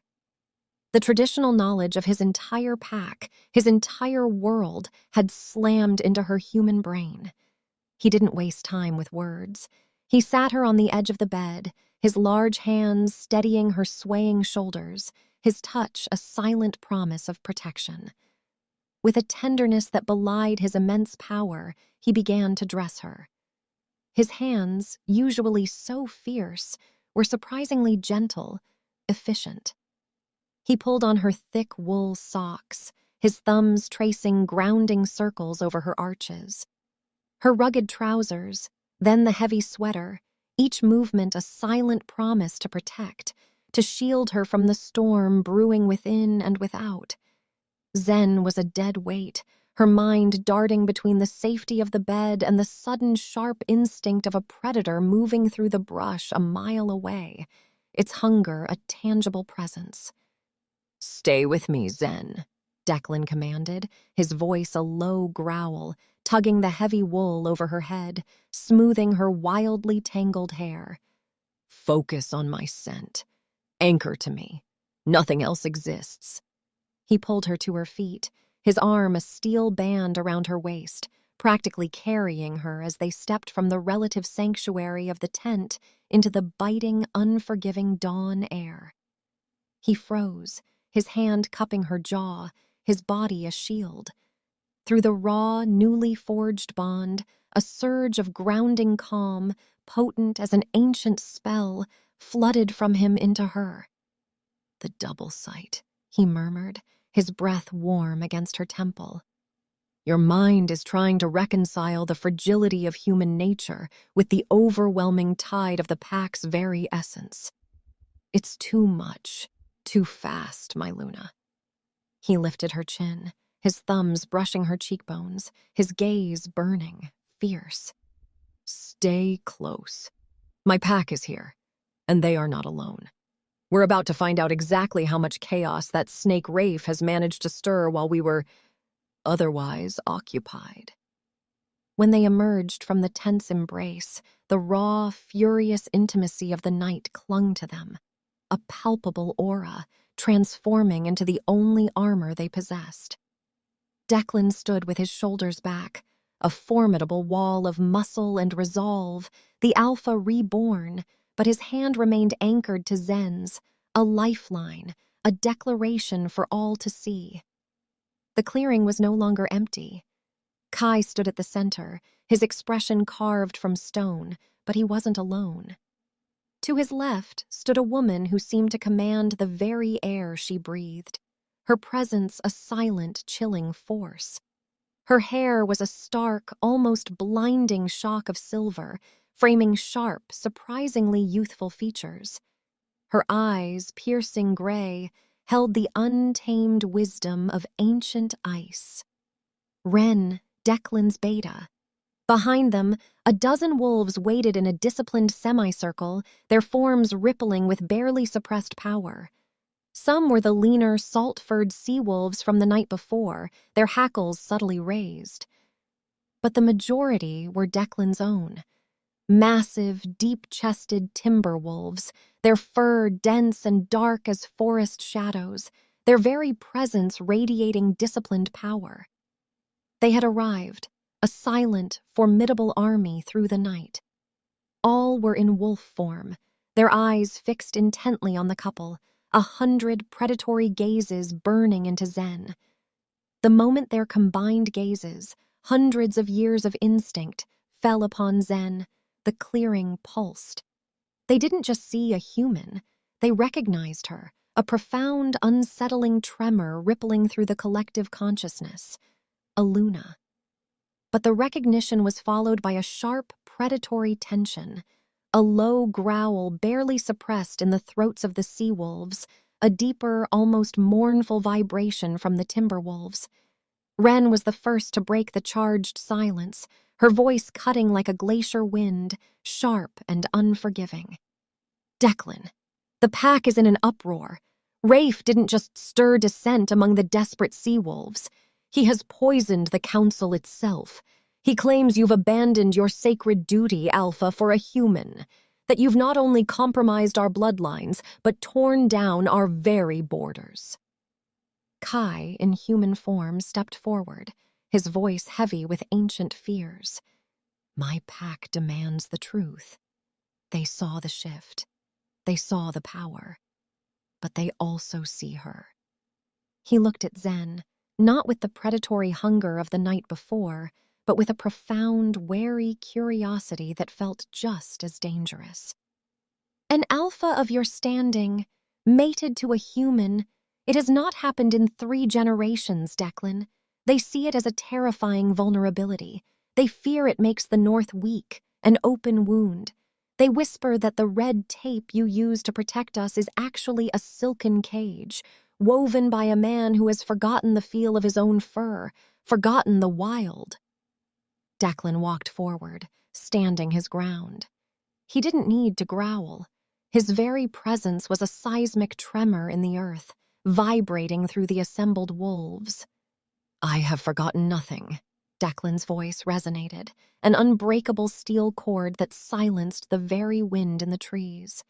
It was cold, absolute, and utterly alpha. He reached back, his hand finding Zen's, lacing their fingers together, pulling her firmly to his side, a defiant, undeniable gesture for all to witness. Rafe wants a war because he is a scavenger who cannot build what I have built. He thinks a human is a weakness. He turned his gaze to the assembled wolves, his glacier blue eyes flashing, challenging every single wolf present. Look at her. Look at the woman who has spent her life documenting our world, chasing our shadows without ever needing a cage. She didn't find me. She recognized the wolf, the essence, before she ever knew the man. She is not a human distraction. She is the embodiment of our wild. Zen felt it then, a sudden searing understanding, the invisible ancient threads connecting every wolf to Declan, and now irrevocably to her. She felt their fear, cold and sharp, a fear not of her, but for the very survival of their way of life. She carries the shared knowledge now, a northern elder rumbled, his voice like grinding stone. It's not just leaking, it's a flood, She's a human repository, a walking, breathing breach in our most sacred silence. Declan squeezed Zen's hand, his voice dropping to a dangerous, resonant register that vibrated through the earth itself. She is my mate, and if any of you believe that makes me weak, if you think for one moment this bond compromises my alpha strength, then I invite you now to step into this circle and test that theory. You will find only death. The silence that followed was absolute, suffocating. Ren, always the tactician, watched them both, her sharp gray eyes darting between Declan's defiant stance and Zen's steady, unfaltering gaze. A slow, almost predatory smirk tugged at the corner of the beta's mouth. "Well," Ren murmured, her voice carrying across the hushed clearing a subtle challenge. "She hasn't fainted or fled in terror. That's more than I can say for most of the pure bloods Rafe tries to push on us as acceptable Lunas." "She cannot go back, Declan," Ren continued, her tone firm, absolute.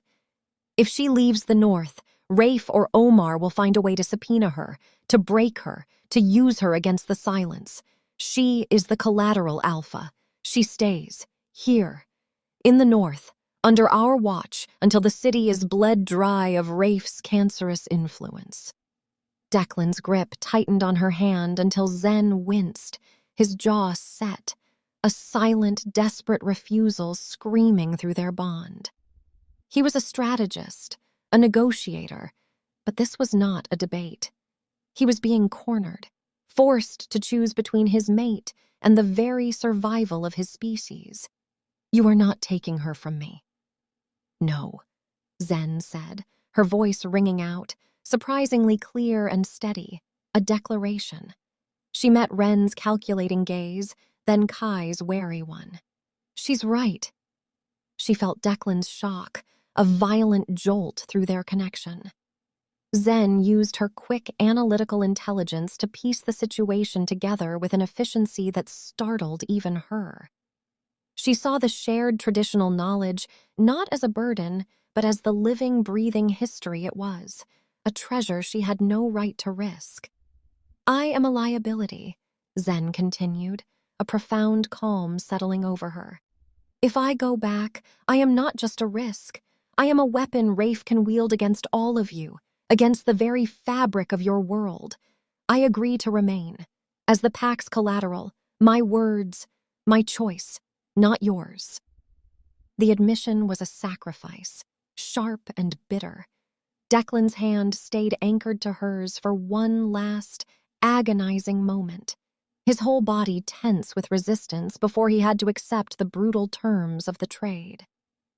"Kai, she will remain with your people," Ren directed, her voice snapping like a whip. "Lyra will watch her. There will be no contact with the outside world." Declan turned to Zen, his glacier blue eyes now blazing with a terrifying intensity, promising not just fire, but an inferno. "I will come back for you, my Luna, as soon as I burn his world to the ground." With a final, desperate, soul-searing look, a silent vow exchanged through the bond, he shifted. A silver-gray blur, fierce and potent, streaked into the trees, swallowed by the ancient forest, followed by Ren and his relentless timber wolves, disappearing as quickly as they had arrived. Zen stood utterly still as the silence of the woods returned, thicker, heavier now, laced with a new kind of tension. The remaining sea wolves watched her with an unsettling intensity, their amber eyes glinting, but she barely registered them. She was no longer a hollow vessel. She was a crucible, being forged and filled with the very soul of a species. She was collateral, yes, a pawn in a larger game.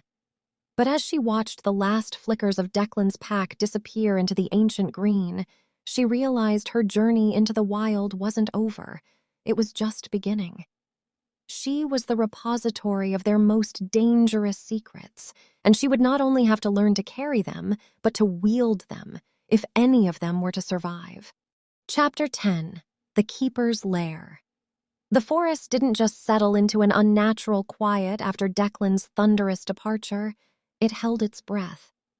Zen stood rooted to the spot, the phantom imprint of his hand still burning on hers, the emptiness a gaping wound in her chest. The double sight flickered, a searing afterimage of his wolf, a silver streak dissolving into the ancient trees, a constant, agonizing reminder of their raw, wrenching separation. The quiet despair was a heavy, suffocating blanket, threatening to devour the fragile clarity of her decision. She barely registered the 3 sea-wolves who approached, their forms now human, their movements fluid as the tides themselves. They didn't speak, their faces impassive, but their actions were brutally clear. One began expertly, almost clinically, unpegging the tent, dismantling its brief sanctuary. Another rolled up the wool blankets, erasing the very scent of their intimacy.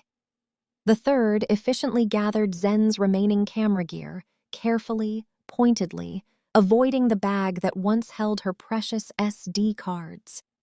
It was a silent, pragmatic, and utterly devastating dismantling of her life with Declan, a physical manifestation of her new, stark status as collateral. They dragged her deeper into the untamed heart of Kai's dominion, away from the vulnerable coastal edges, towards a series of maw-like coves gouged into the ancient rock face.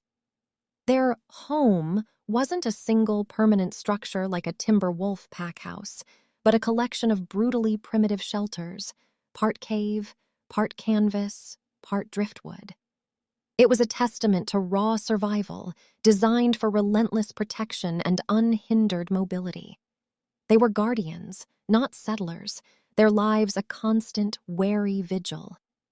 Inside one of the larger central caves, Kai waited, a silent, imposing figure.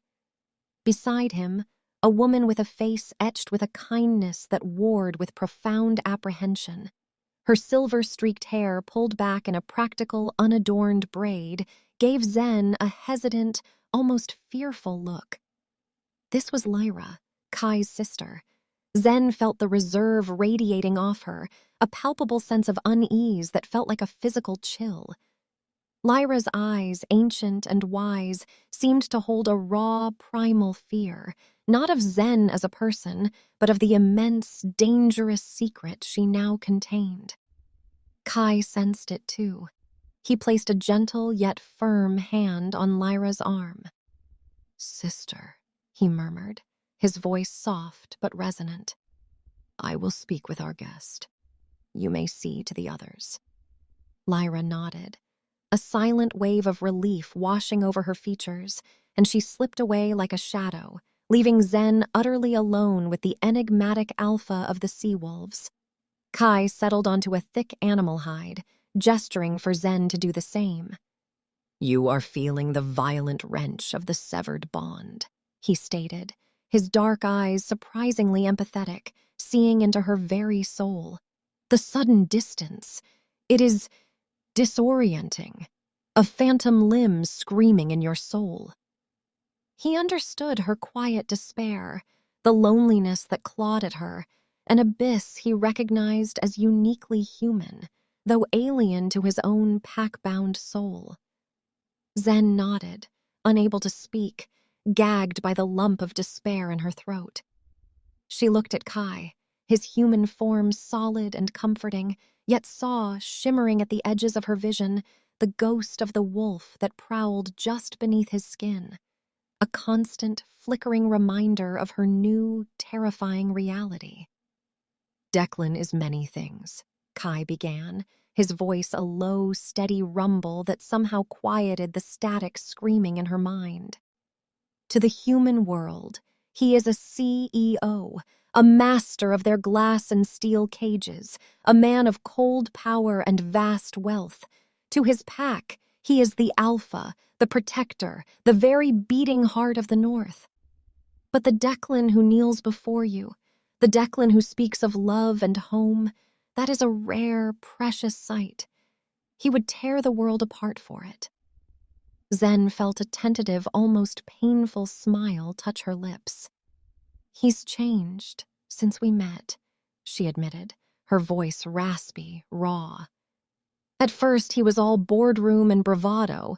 Now he is learning to be bound," Kai finished for her, his gaze unwavering. "It is a different kind of strength, a different kind of burden. He loves deeply, Zen, fiercely. You are the wild thing he found, the one he can finally be truly wild with, the one he respects too much to own." He echoed Declan's own words from the night before, and Zen felt a fresh wave of warmth, potent and heartbreaking, mixed with an unbearable longing. But his alpha must now sever himself, must wrench his very soul away to protect his blood.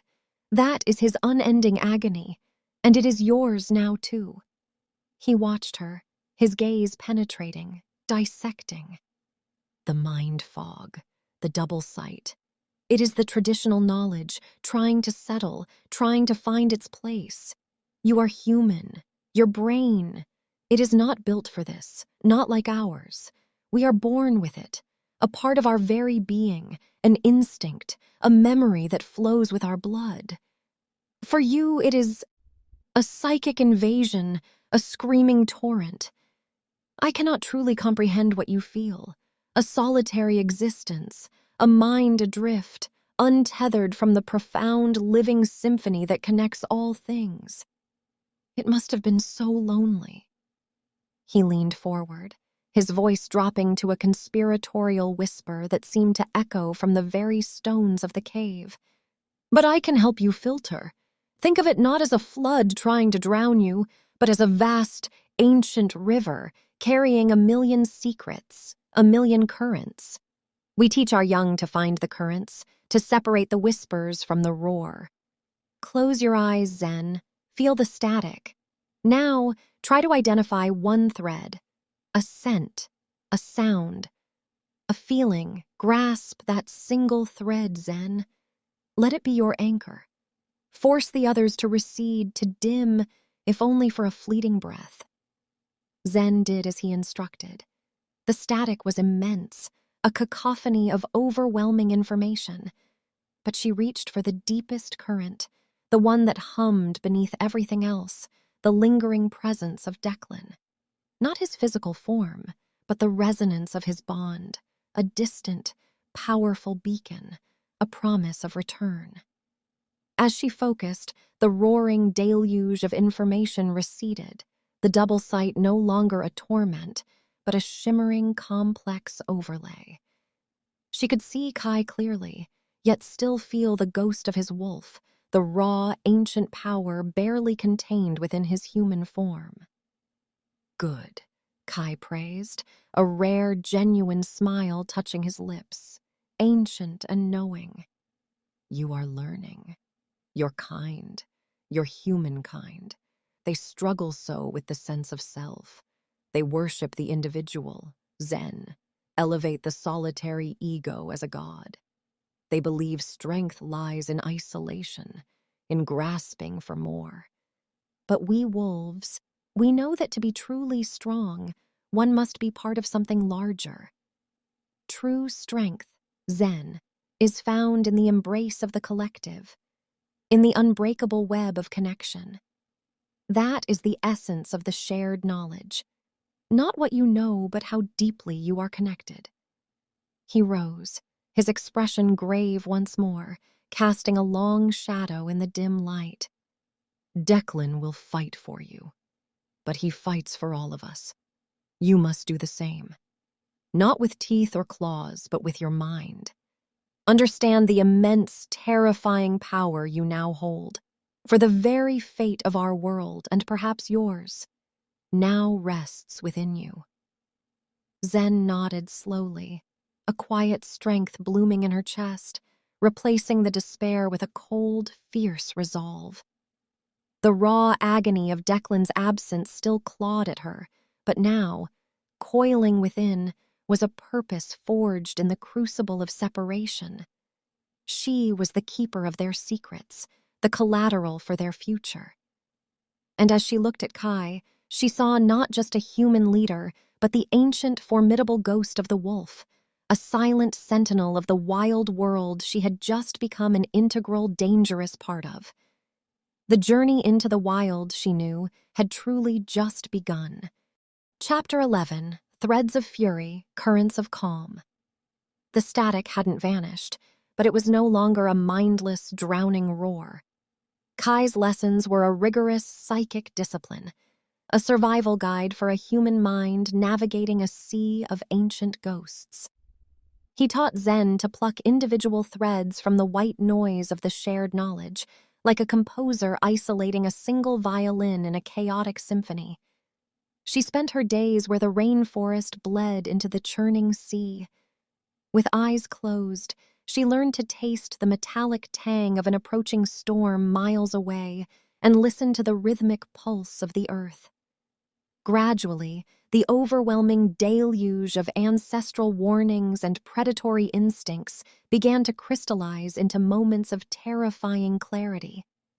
The double sight was shifting, moving from a disorienting fever dream to a shimmering, intuitive overlay, a constant, ghostly filter that allowed her to see the world not just as a woman, but as a wolf sees, in layers of scent, heat, and history.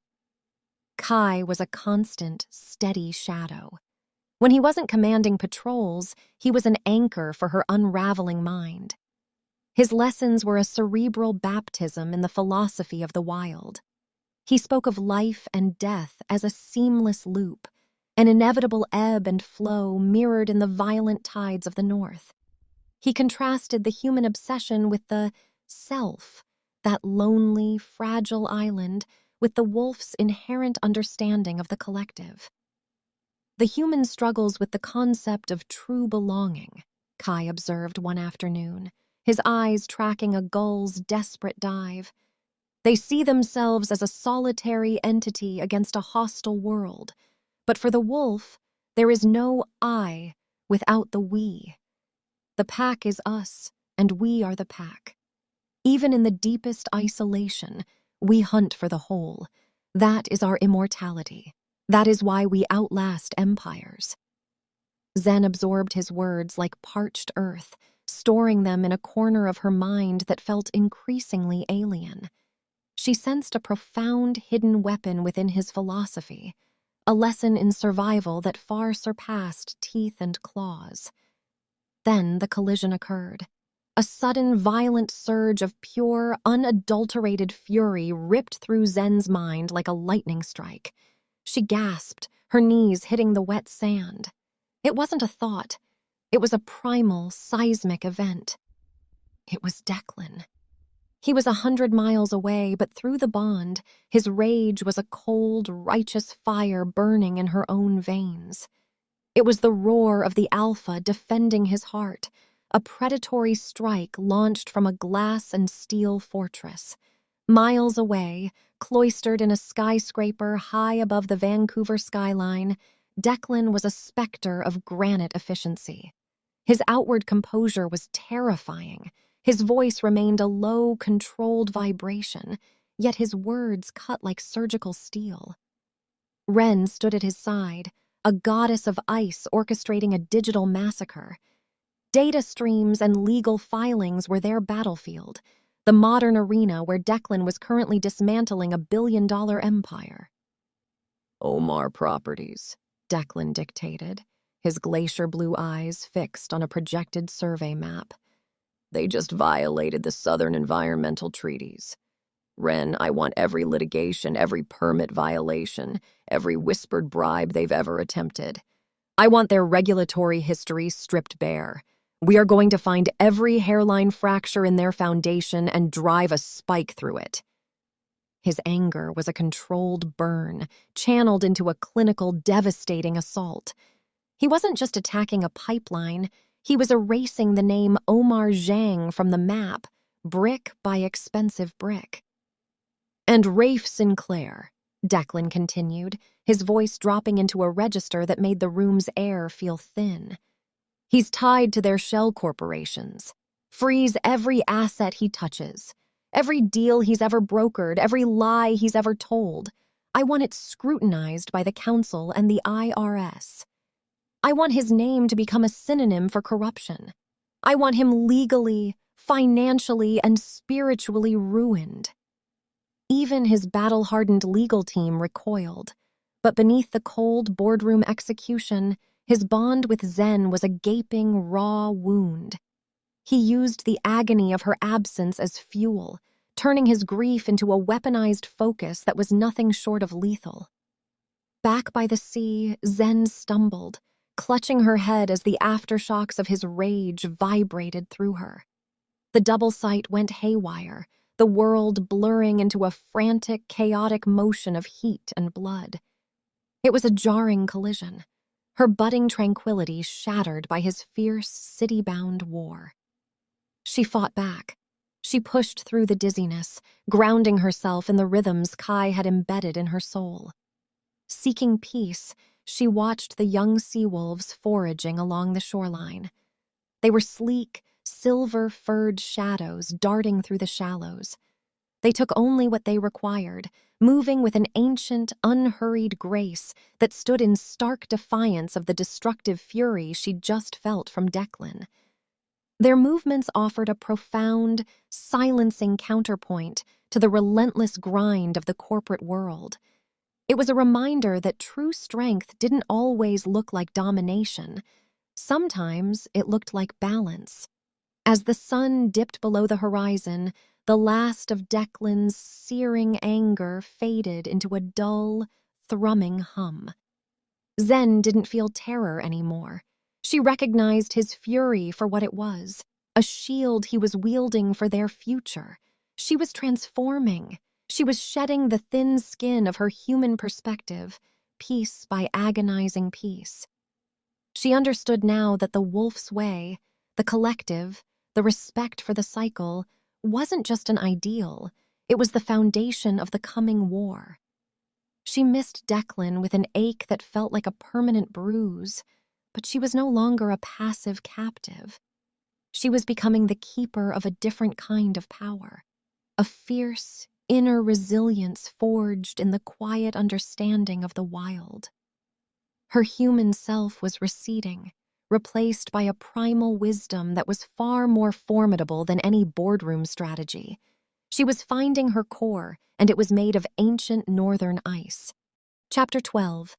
The Sickle and the Tide. In a gilded office overlooking the Nile in Cairo, the air conditioning hummed, a sterile contrast to the heat shimmering off the Egyptian dunes outside.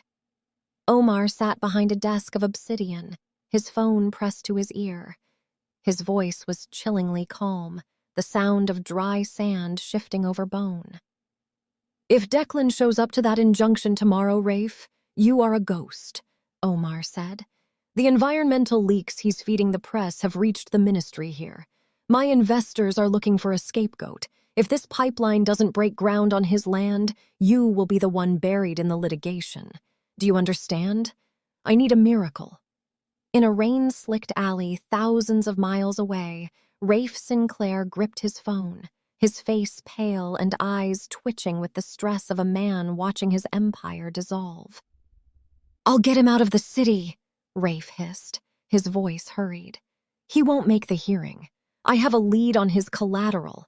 If he's busy burying a mate, he won't be in court." He hung up and immediately dialed another number. "Hello, you've reached Island Adventures flight booking," a voice answered. The afternoon at the Seawolf camp had been deceptively peaceful. Zen was sitting with Lyra, watching the pups tumble in the tall grass, when the world suddenly fractured. The double sight didn't just flicker, it screamed. The air, once smelling of salt and pine, was suddenly stained with the scent of rot and chemicals, the scavenger scent of Rafe's pack. Kai didn't growl. He let out a howl so piercing it shattered the peace like glass. The wolves didn't hesitate. Lyra scooped a pup in her jaws and vanished into the brush. "Zen, run!" Kai barked, his human form already shifting, the great sea wolf emerging before he even hit the ground. "To the water! Hide your trail! We will hold them here!" Zen didn't stop to think. The fear was a cold spike in her chest, and she knew, instinctively, that this fear was hitting Declan like a physical blow. She ran. She tore through the undergrowth, the traditional knowledge mapping the terrain in her mind. She hit the riverbank and didn't stop, plunging into the icy current to mask her scent. The water was a shock of needles against her skin, but she pushed forward, swimming toward the nearest island. Behind her, the forest erupted into the sounds of a violent, tooth-and-nail wolf fight. In the center of a high-stakes boardroom in the city, Declan suddenly lurched upright. His chair flew backward, crashing against the mahogany wall. "Declan," Wren started, but he was already moving. He didn't speak. He didn't explain. The bond had snapped tight, vibrating with Zen's pure, cold terror. He was out of the room so fast the lawyers at the table felt the rush of air like an indoor tornado, leaving behind a wake of stunned silence. The alpha was gone. The predator was coming home. Zen dragged herself onto the jagged shore of a small, rocky island. Hypothermia was a gray shadow looming over her, but the traditional knowledge whispered of a sanctuary. She found it. A narrow cave slit in the rock, deep enough for her human body to slide into, but too tight for a massive wolf to reach her. She curled into a ball, shivering violently, listening as the sun began to dip below the horizon. The sounds of the fight back at camp drifted over the water, snarls, yelps, and a tearing of flesh. "Find her!" Rafe's voice drifted across the beach. He sounded manic, desperate. "Send her out! We just need to keep her alive until the proceedings tomorrow. Move!" Zen squeezed her eyes shut. "Survive!" She felt a voice roar in her mind. It wasn't her own.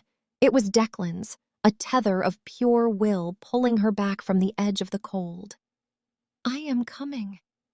A shadow blocked the entrance to the cave. The scavenger scent was overwhelming.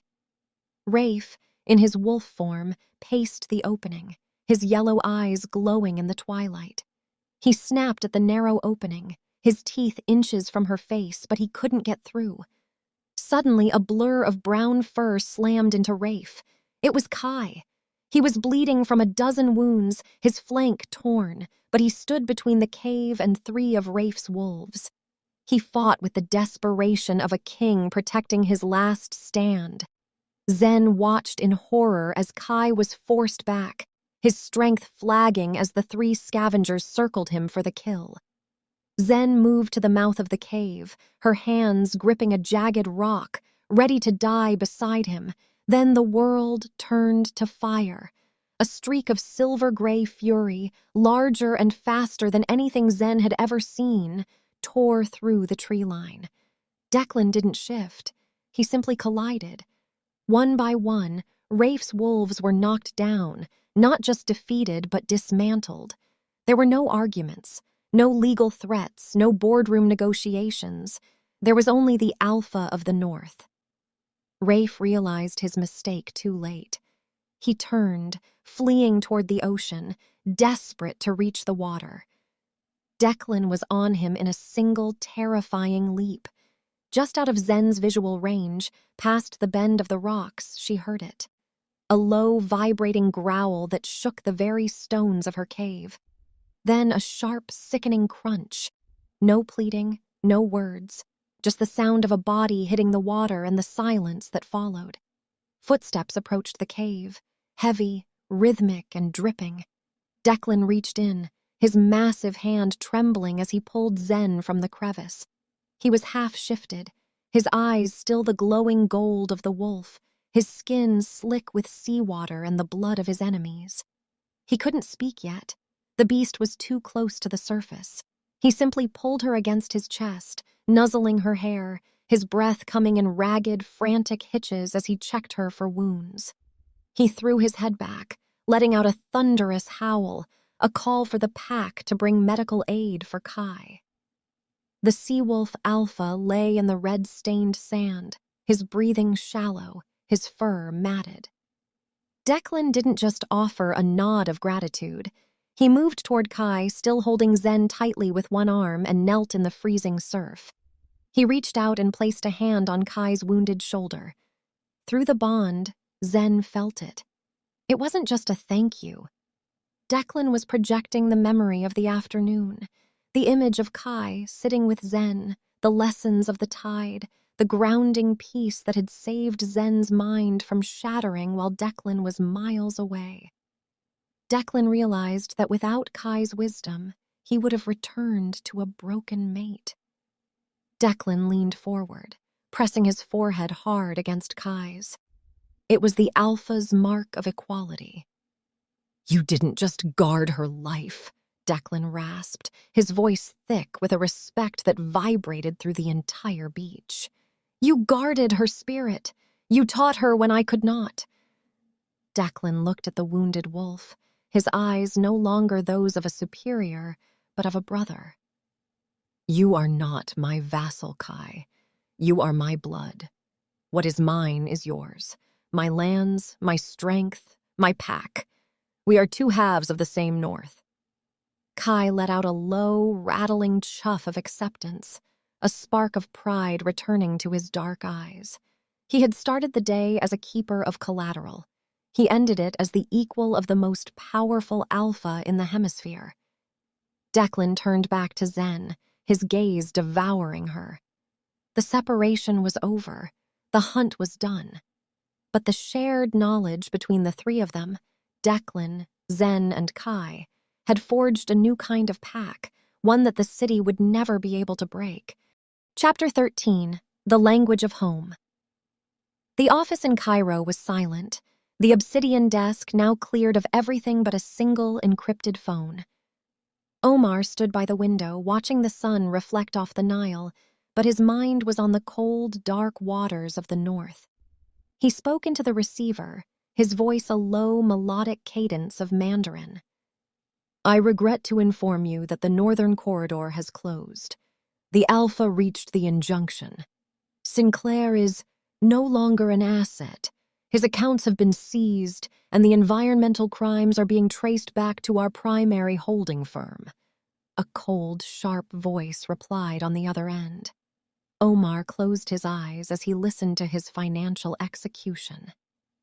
"I understand," Omar whispered in Chinese. "I accept the consequences. Carver International broke the machine. I will begin the liquidation of my remaining assets to cover the losses. My apologies to the council." He hung up. The silence that followed was absolute. The pipeline was dead. The empire he had spent decades building was a ghost, haunted by a girl with a camera and a wolf who loved her more than power. Meanwhile, above the clouds, the hum of Declan's private helicopter provided a different kind of silence.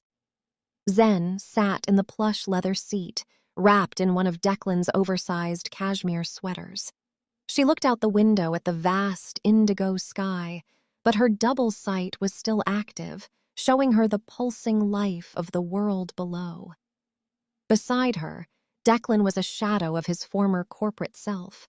His suit jacket was tossed aside, his white shirt unbuttoned at the collar, revealing the faint, healing marks of the fight on the beach. He hadn't stopped touching her since they boarded. His hand rested on her thigh, his thumb tracing slow, possessive circles. He looked at her with a look of such intense pride it made her breath catch. "You're thinking about the island," he murmured, his voice a low vibration. "I'm thinking about Kai," she said softly. "The way he talked about the city. He called it a place of lonely greed." He was right, Declan. I spent 24 years there, and I never felt as connected to anything as I did standing on that beach, feeling your heart beat through a mental thread. Declan leaned in, his glacier eyes soft. "I spent my life thinking the shared knowledge was a burden, a set of rules to keep us hidden, to keep us cold. I thought being an alpha was about the red tape and the boardroom. I was wrong." He took her chin in his hand, forcing her to look at him. "I watched you on that beach, Zen. I felt you through the bond. You didn't just survive. You used everything Kai taught you. You became a repository of our history in 48 hours. You're better at being a wolf than I've been my entire life." Zen smiled, a small, tired thing. "I'm not a wolf, Declan. Not yet." "You are more than a wolf," he corrected fiercely. "You are the bridge.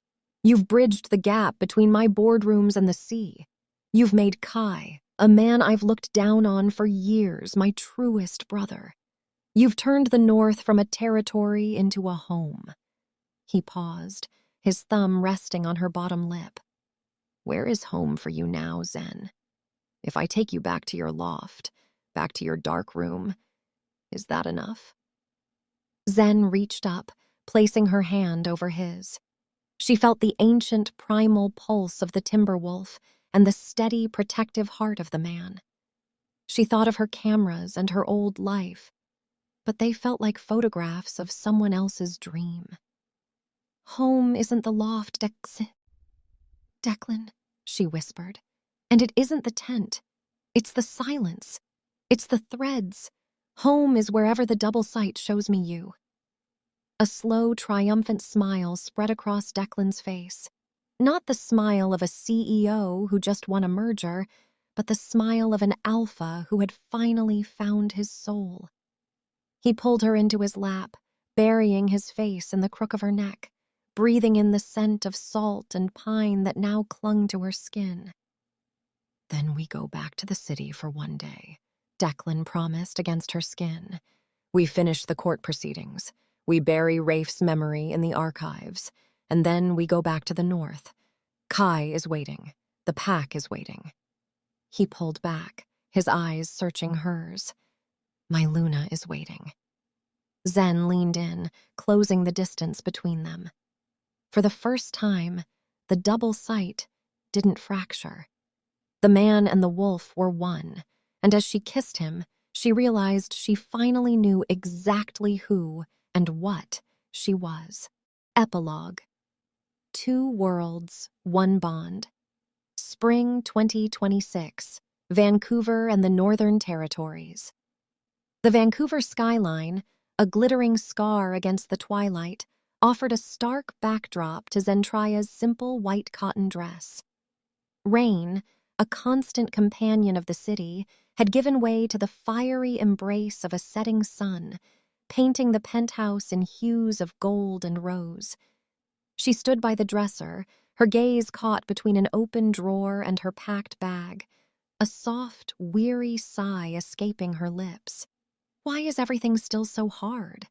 The bite mark on her neck, Declan's ancient claim, had long since settled into faint silver crescents, a constant, thrumming reminder of the bond that had shattered her old life and forged something wilder, deeper.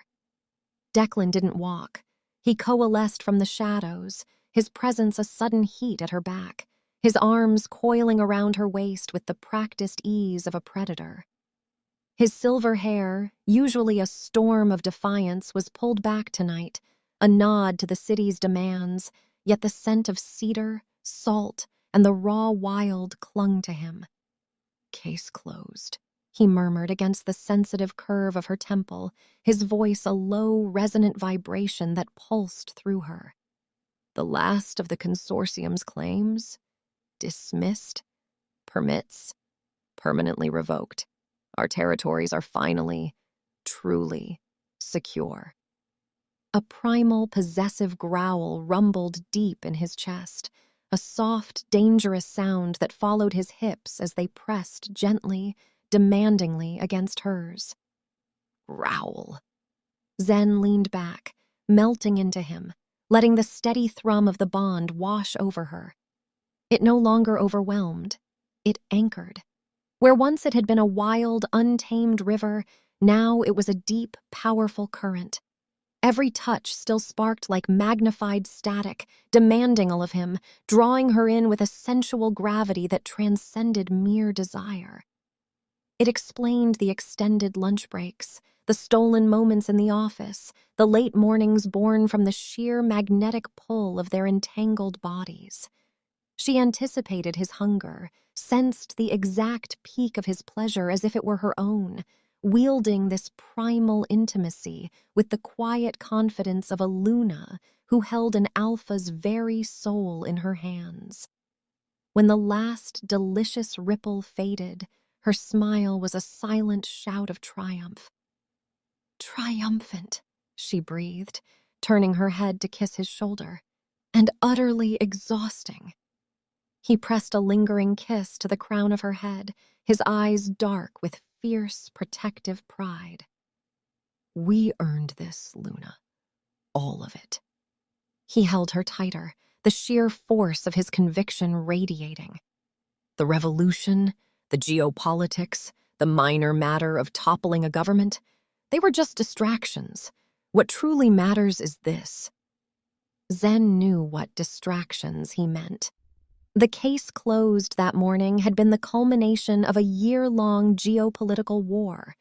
He hadn't just secured their territory, he had single-handedly reshaped the northern map. He'd tanked a multi-billion-dollar pipeline project, orchestrating the downfall of a vast consortium. He'd navigated international trade deals, leveraged mafia warlords into unwitting pawns, and constructed a trifecta framework of corporate and international red tape so impossibly thick it had swallowed the pipeline project whole. He didn't merely protect a forest, he had sculpted a sovereign nation, designing its currency, branding its identity, and redrawing the political lines of the crown. And he'd done it all while, in the minute pauses between dismantling empires, meticulously picking out the exact lace for her wedding dress and ensuring her sisters had the finest vintage champagne. To the world, he had toppled governments and moved mountains of gold. But to Declan, those had been mere necessities. His true triumph, his only victory that mattered, was the day he claimed Zentraya Mars. "Now," Declan murmured, his voice laced with playful authority, "let me pack for you. No running from this trip, Zen. I've seen you leave the house without shoes. I'm not letting you forget your own wedding."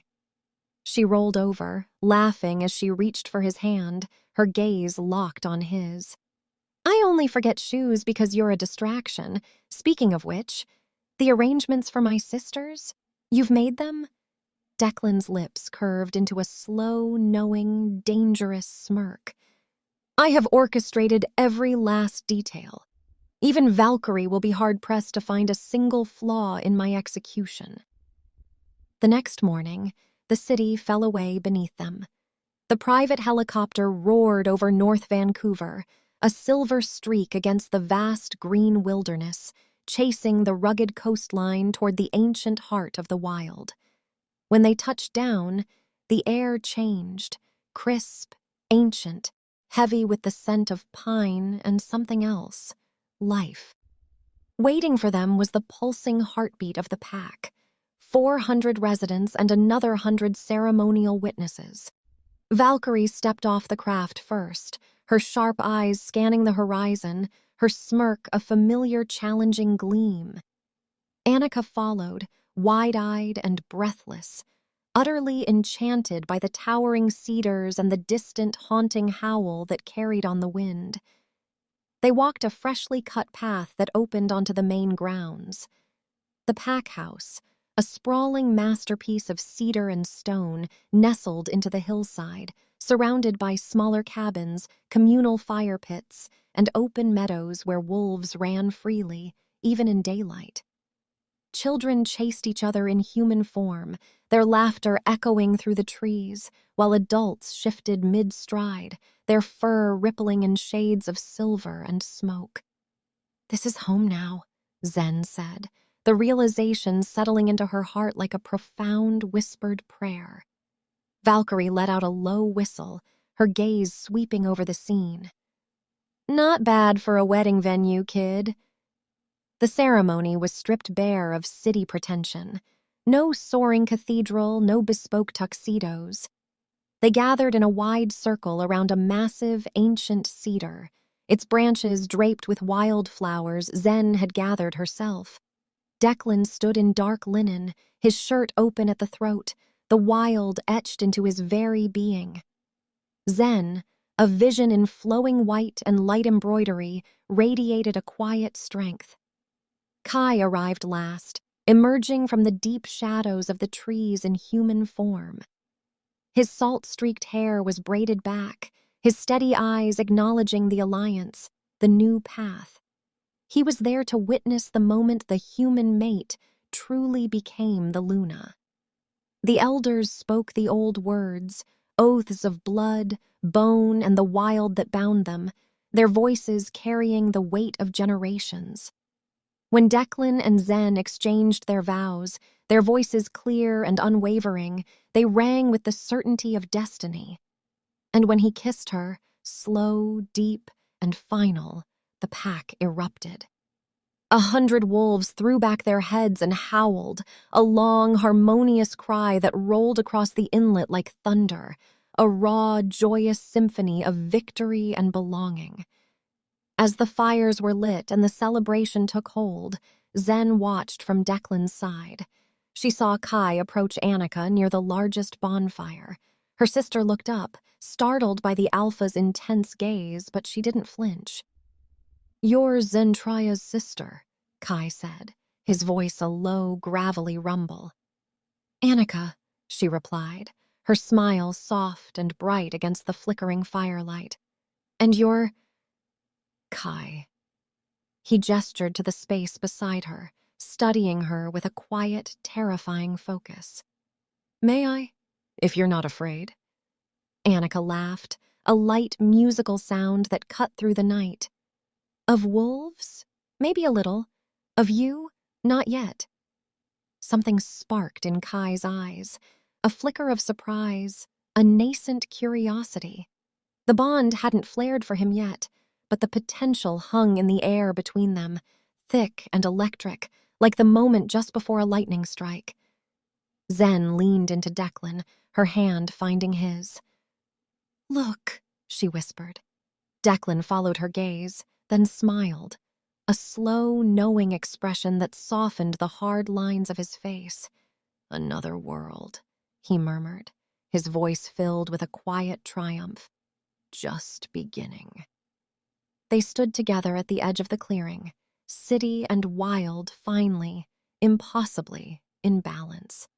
Valkyrie was already challenging a young enforcer to an arm-wrestling match. Annika laughed at something Kai said, a quiet, private moment. The fire crackled, sending sparks dancing toward the stars. The pack ran free, and beneath it all, the bond between Declan and Zen pulsed like a steady current. Unbroken, eternal, a future wide open, the end.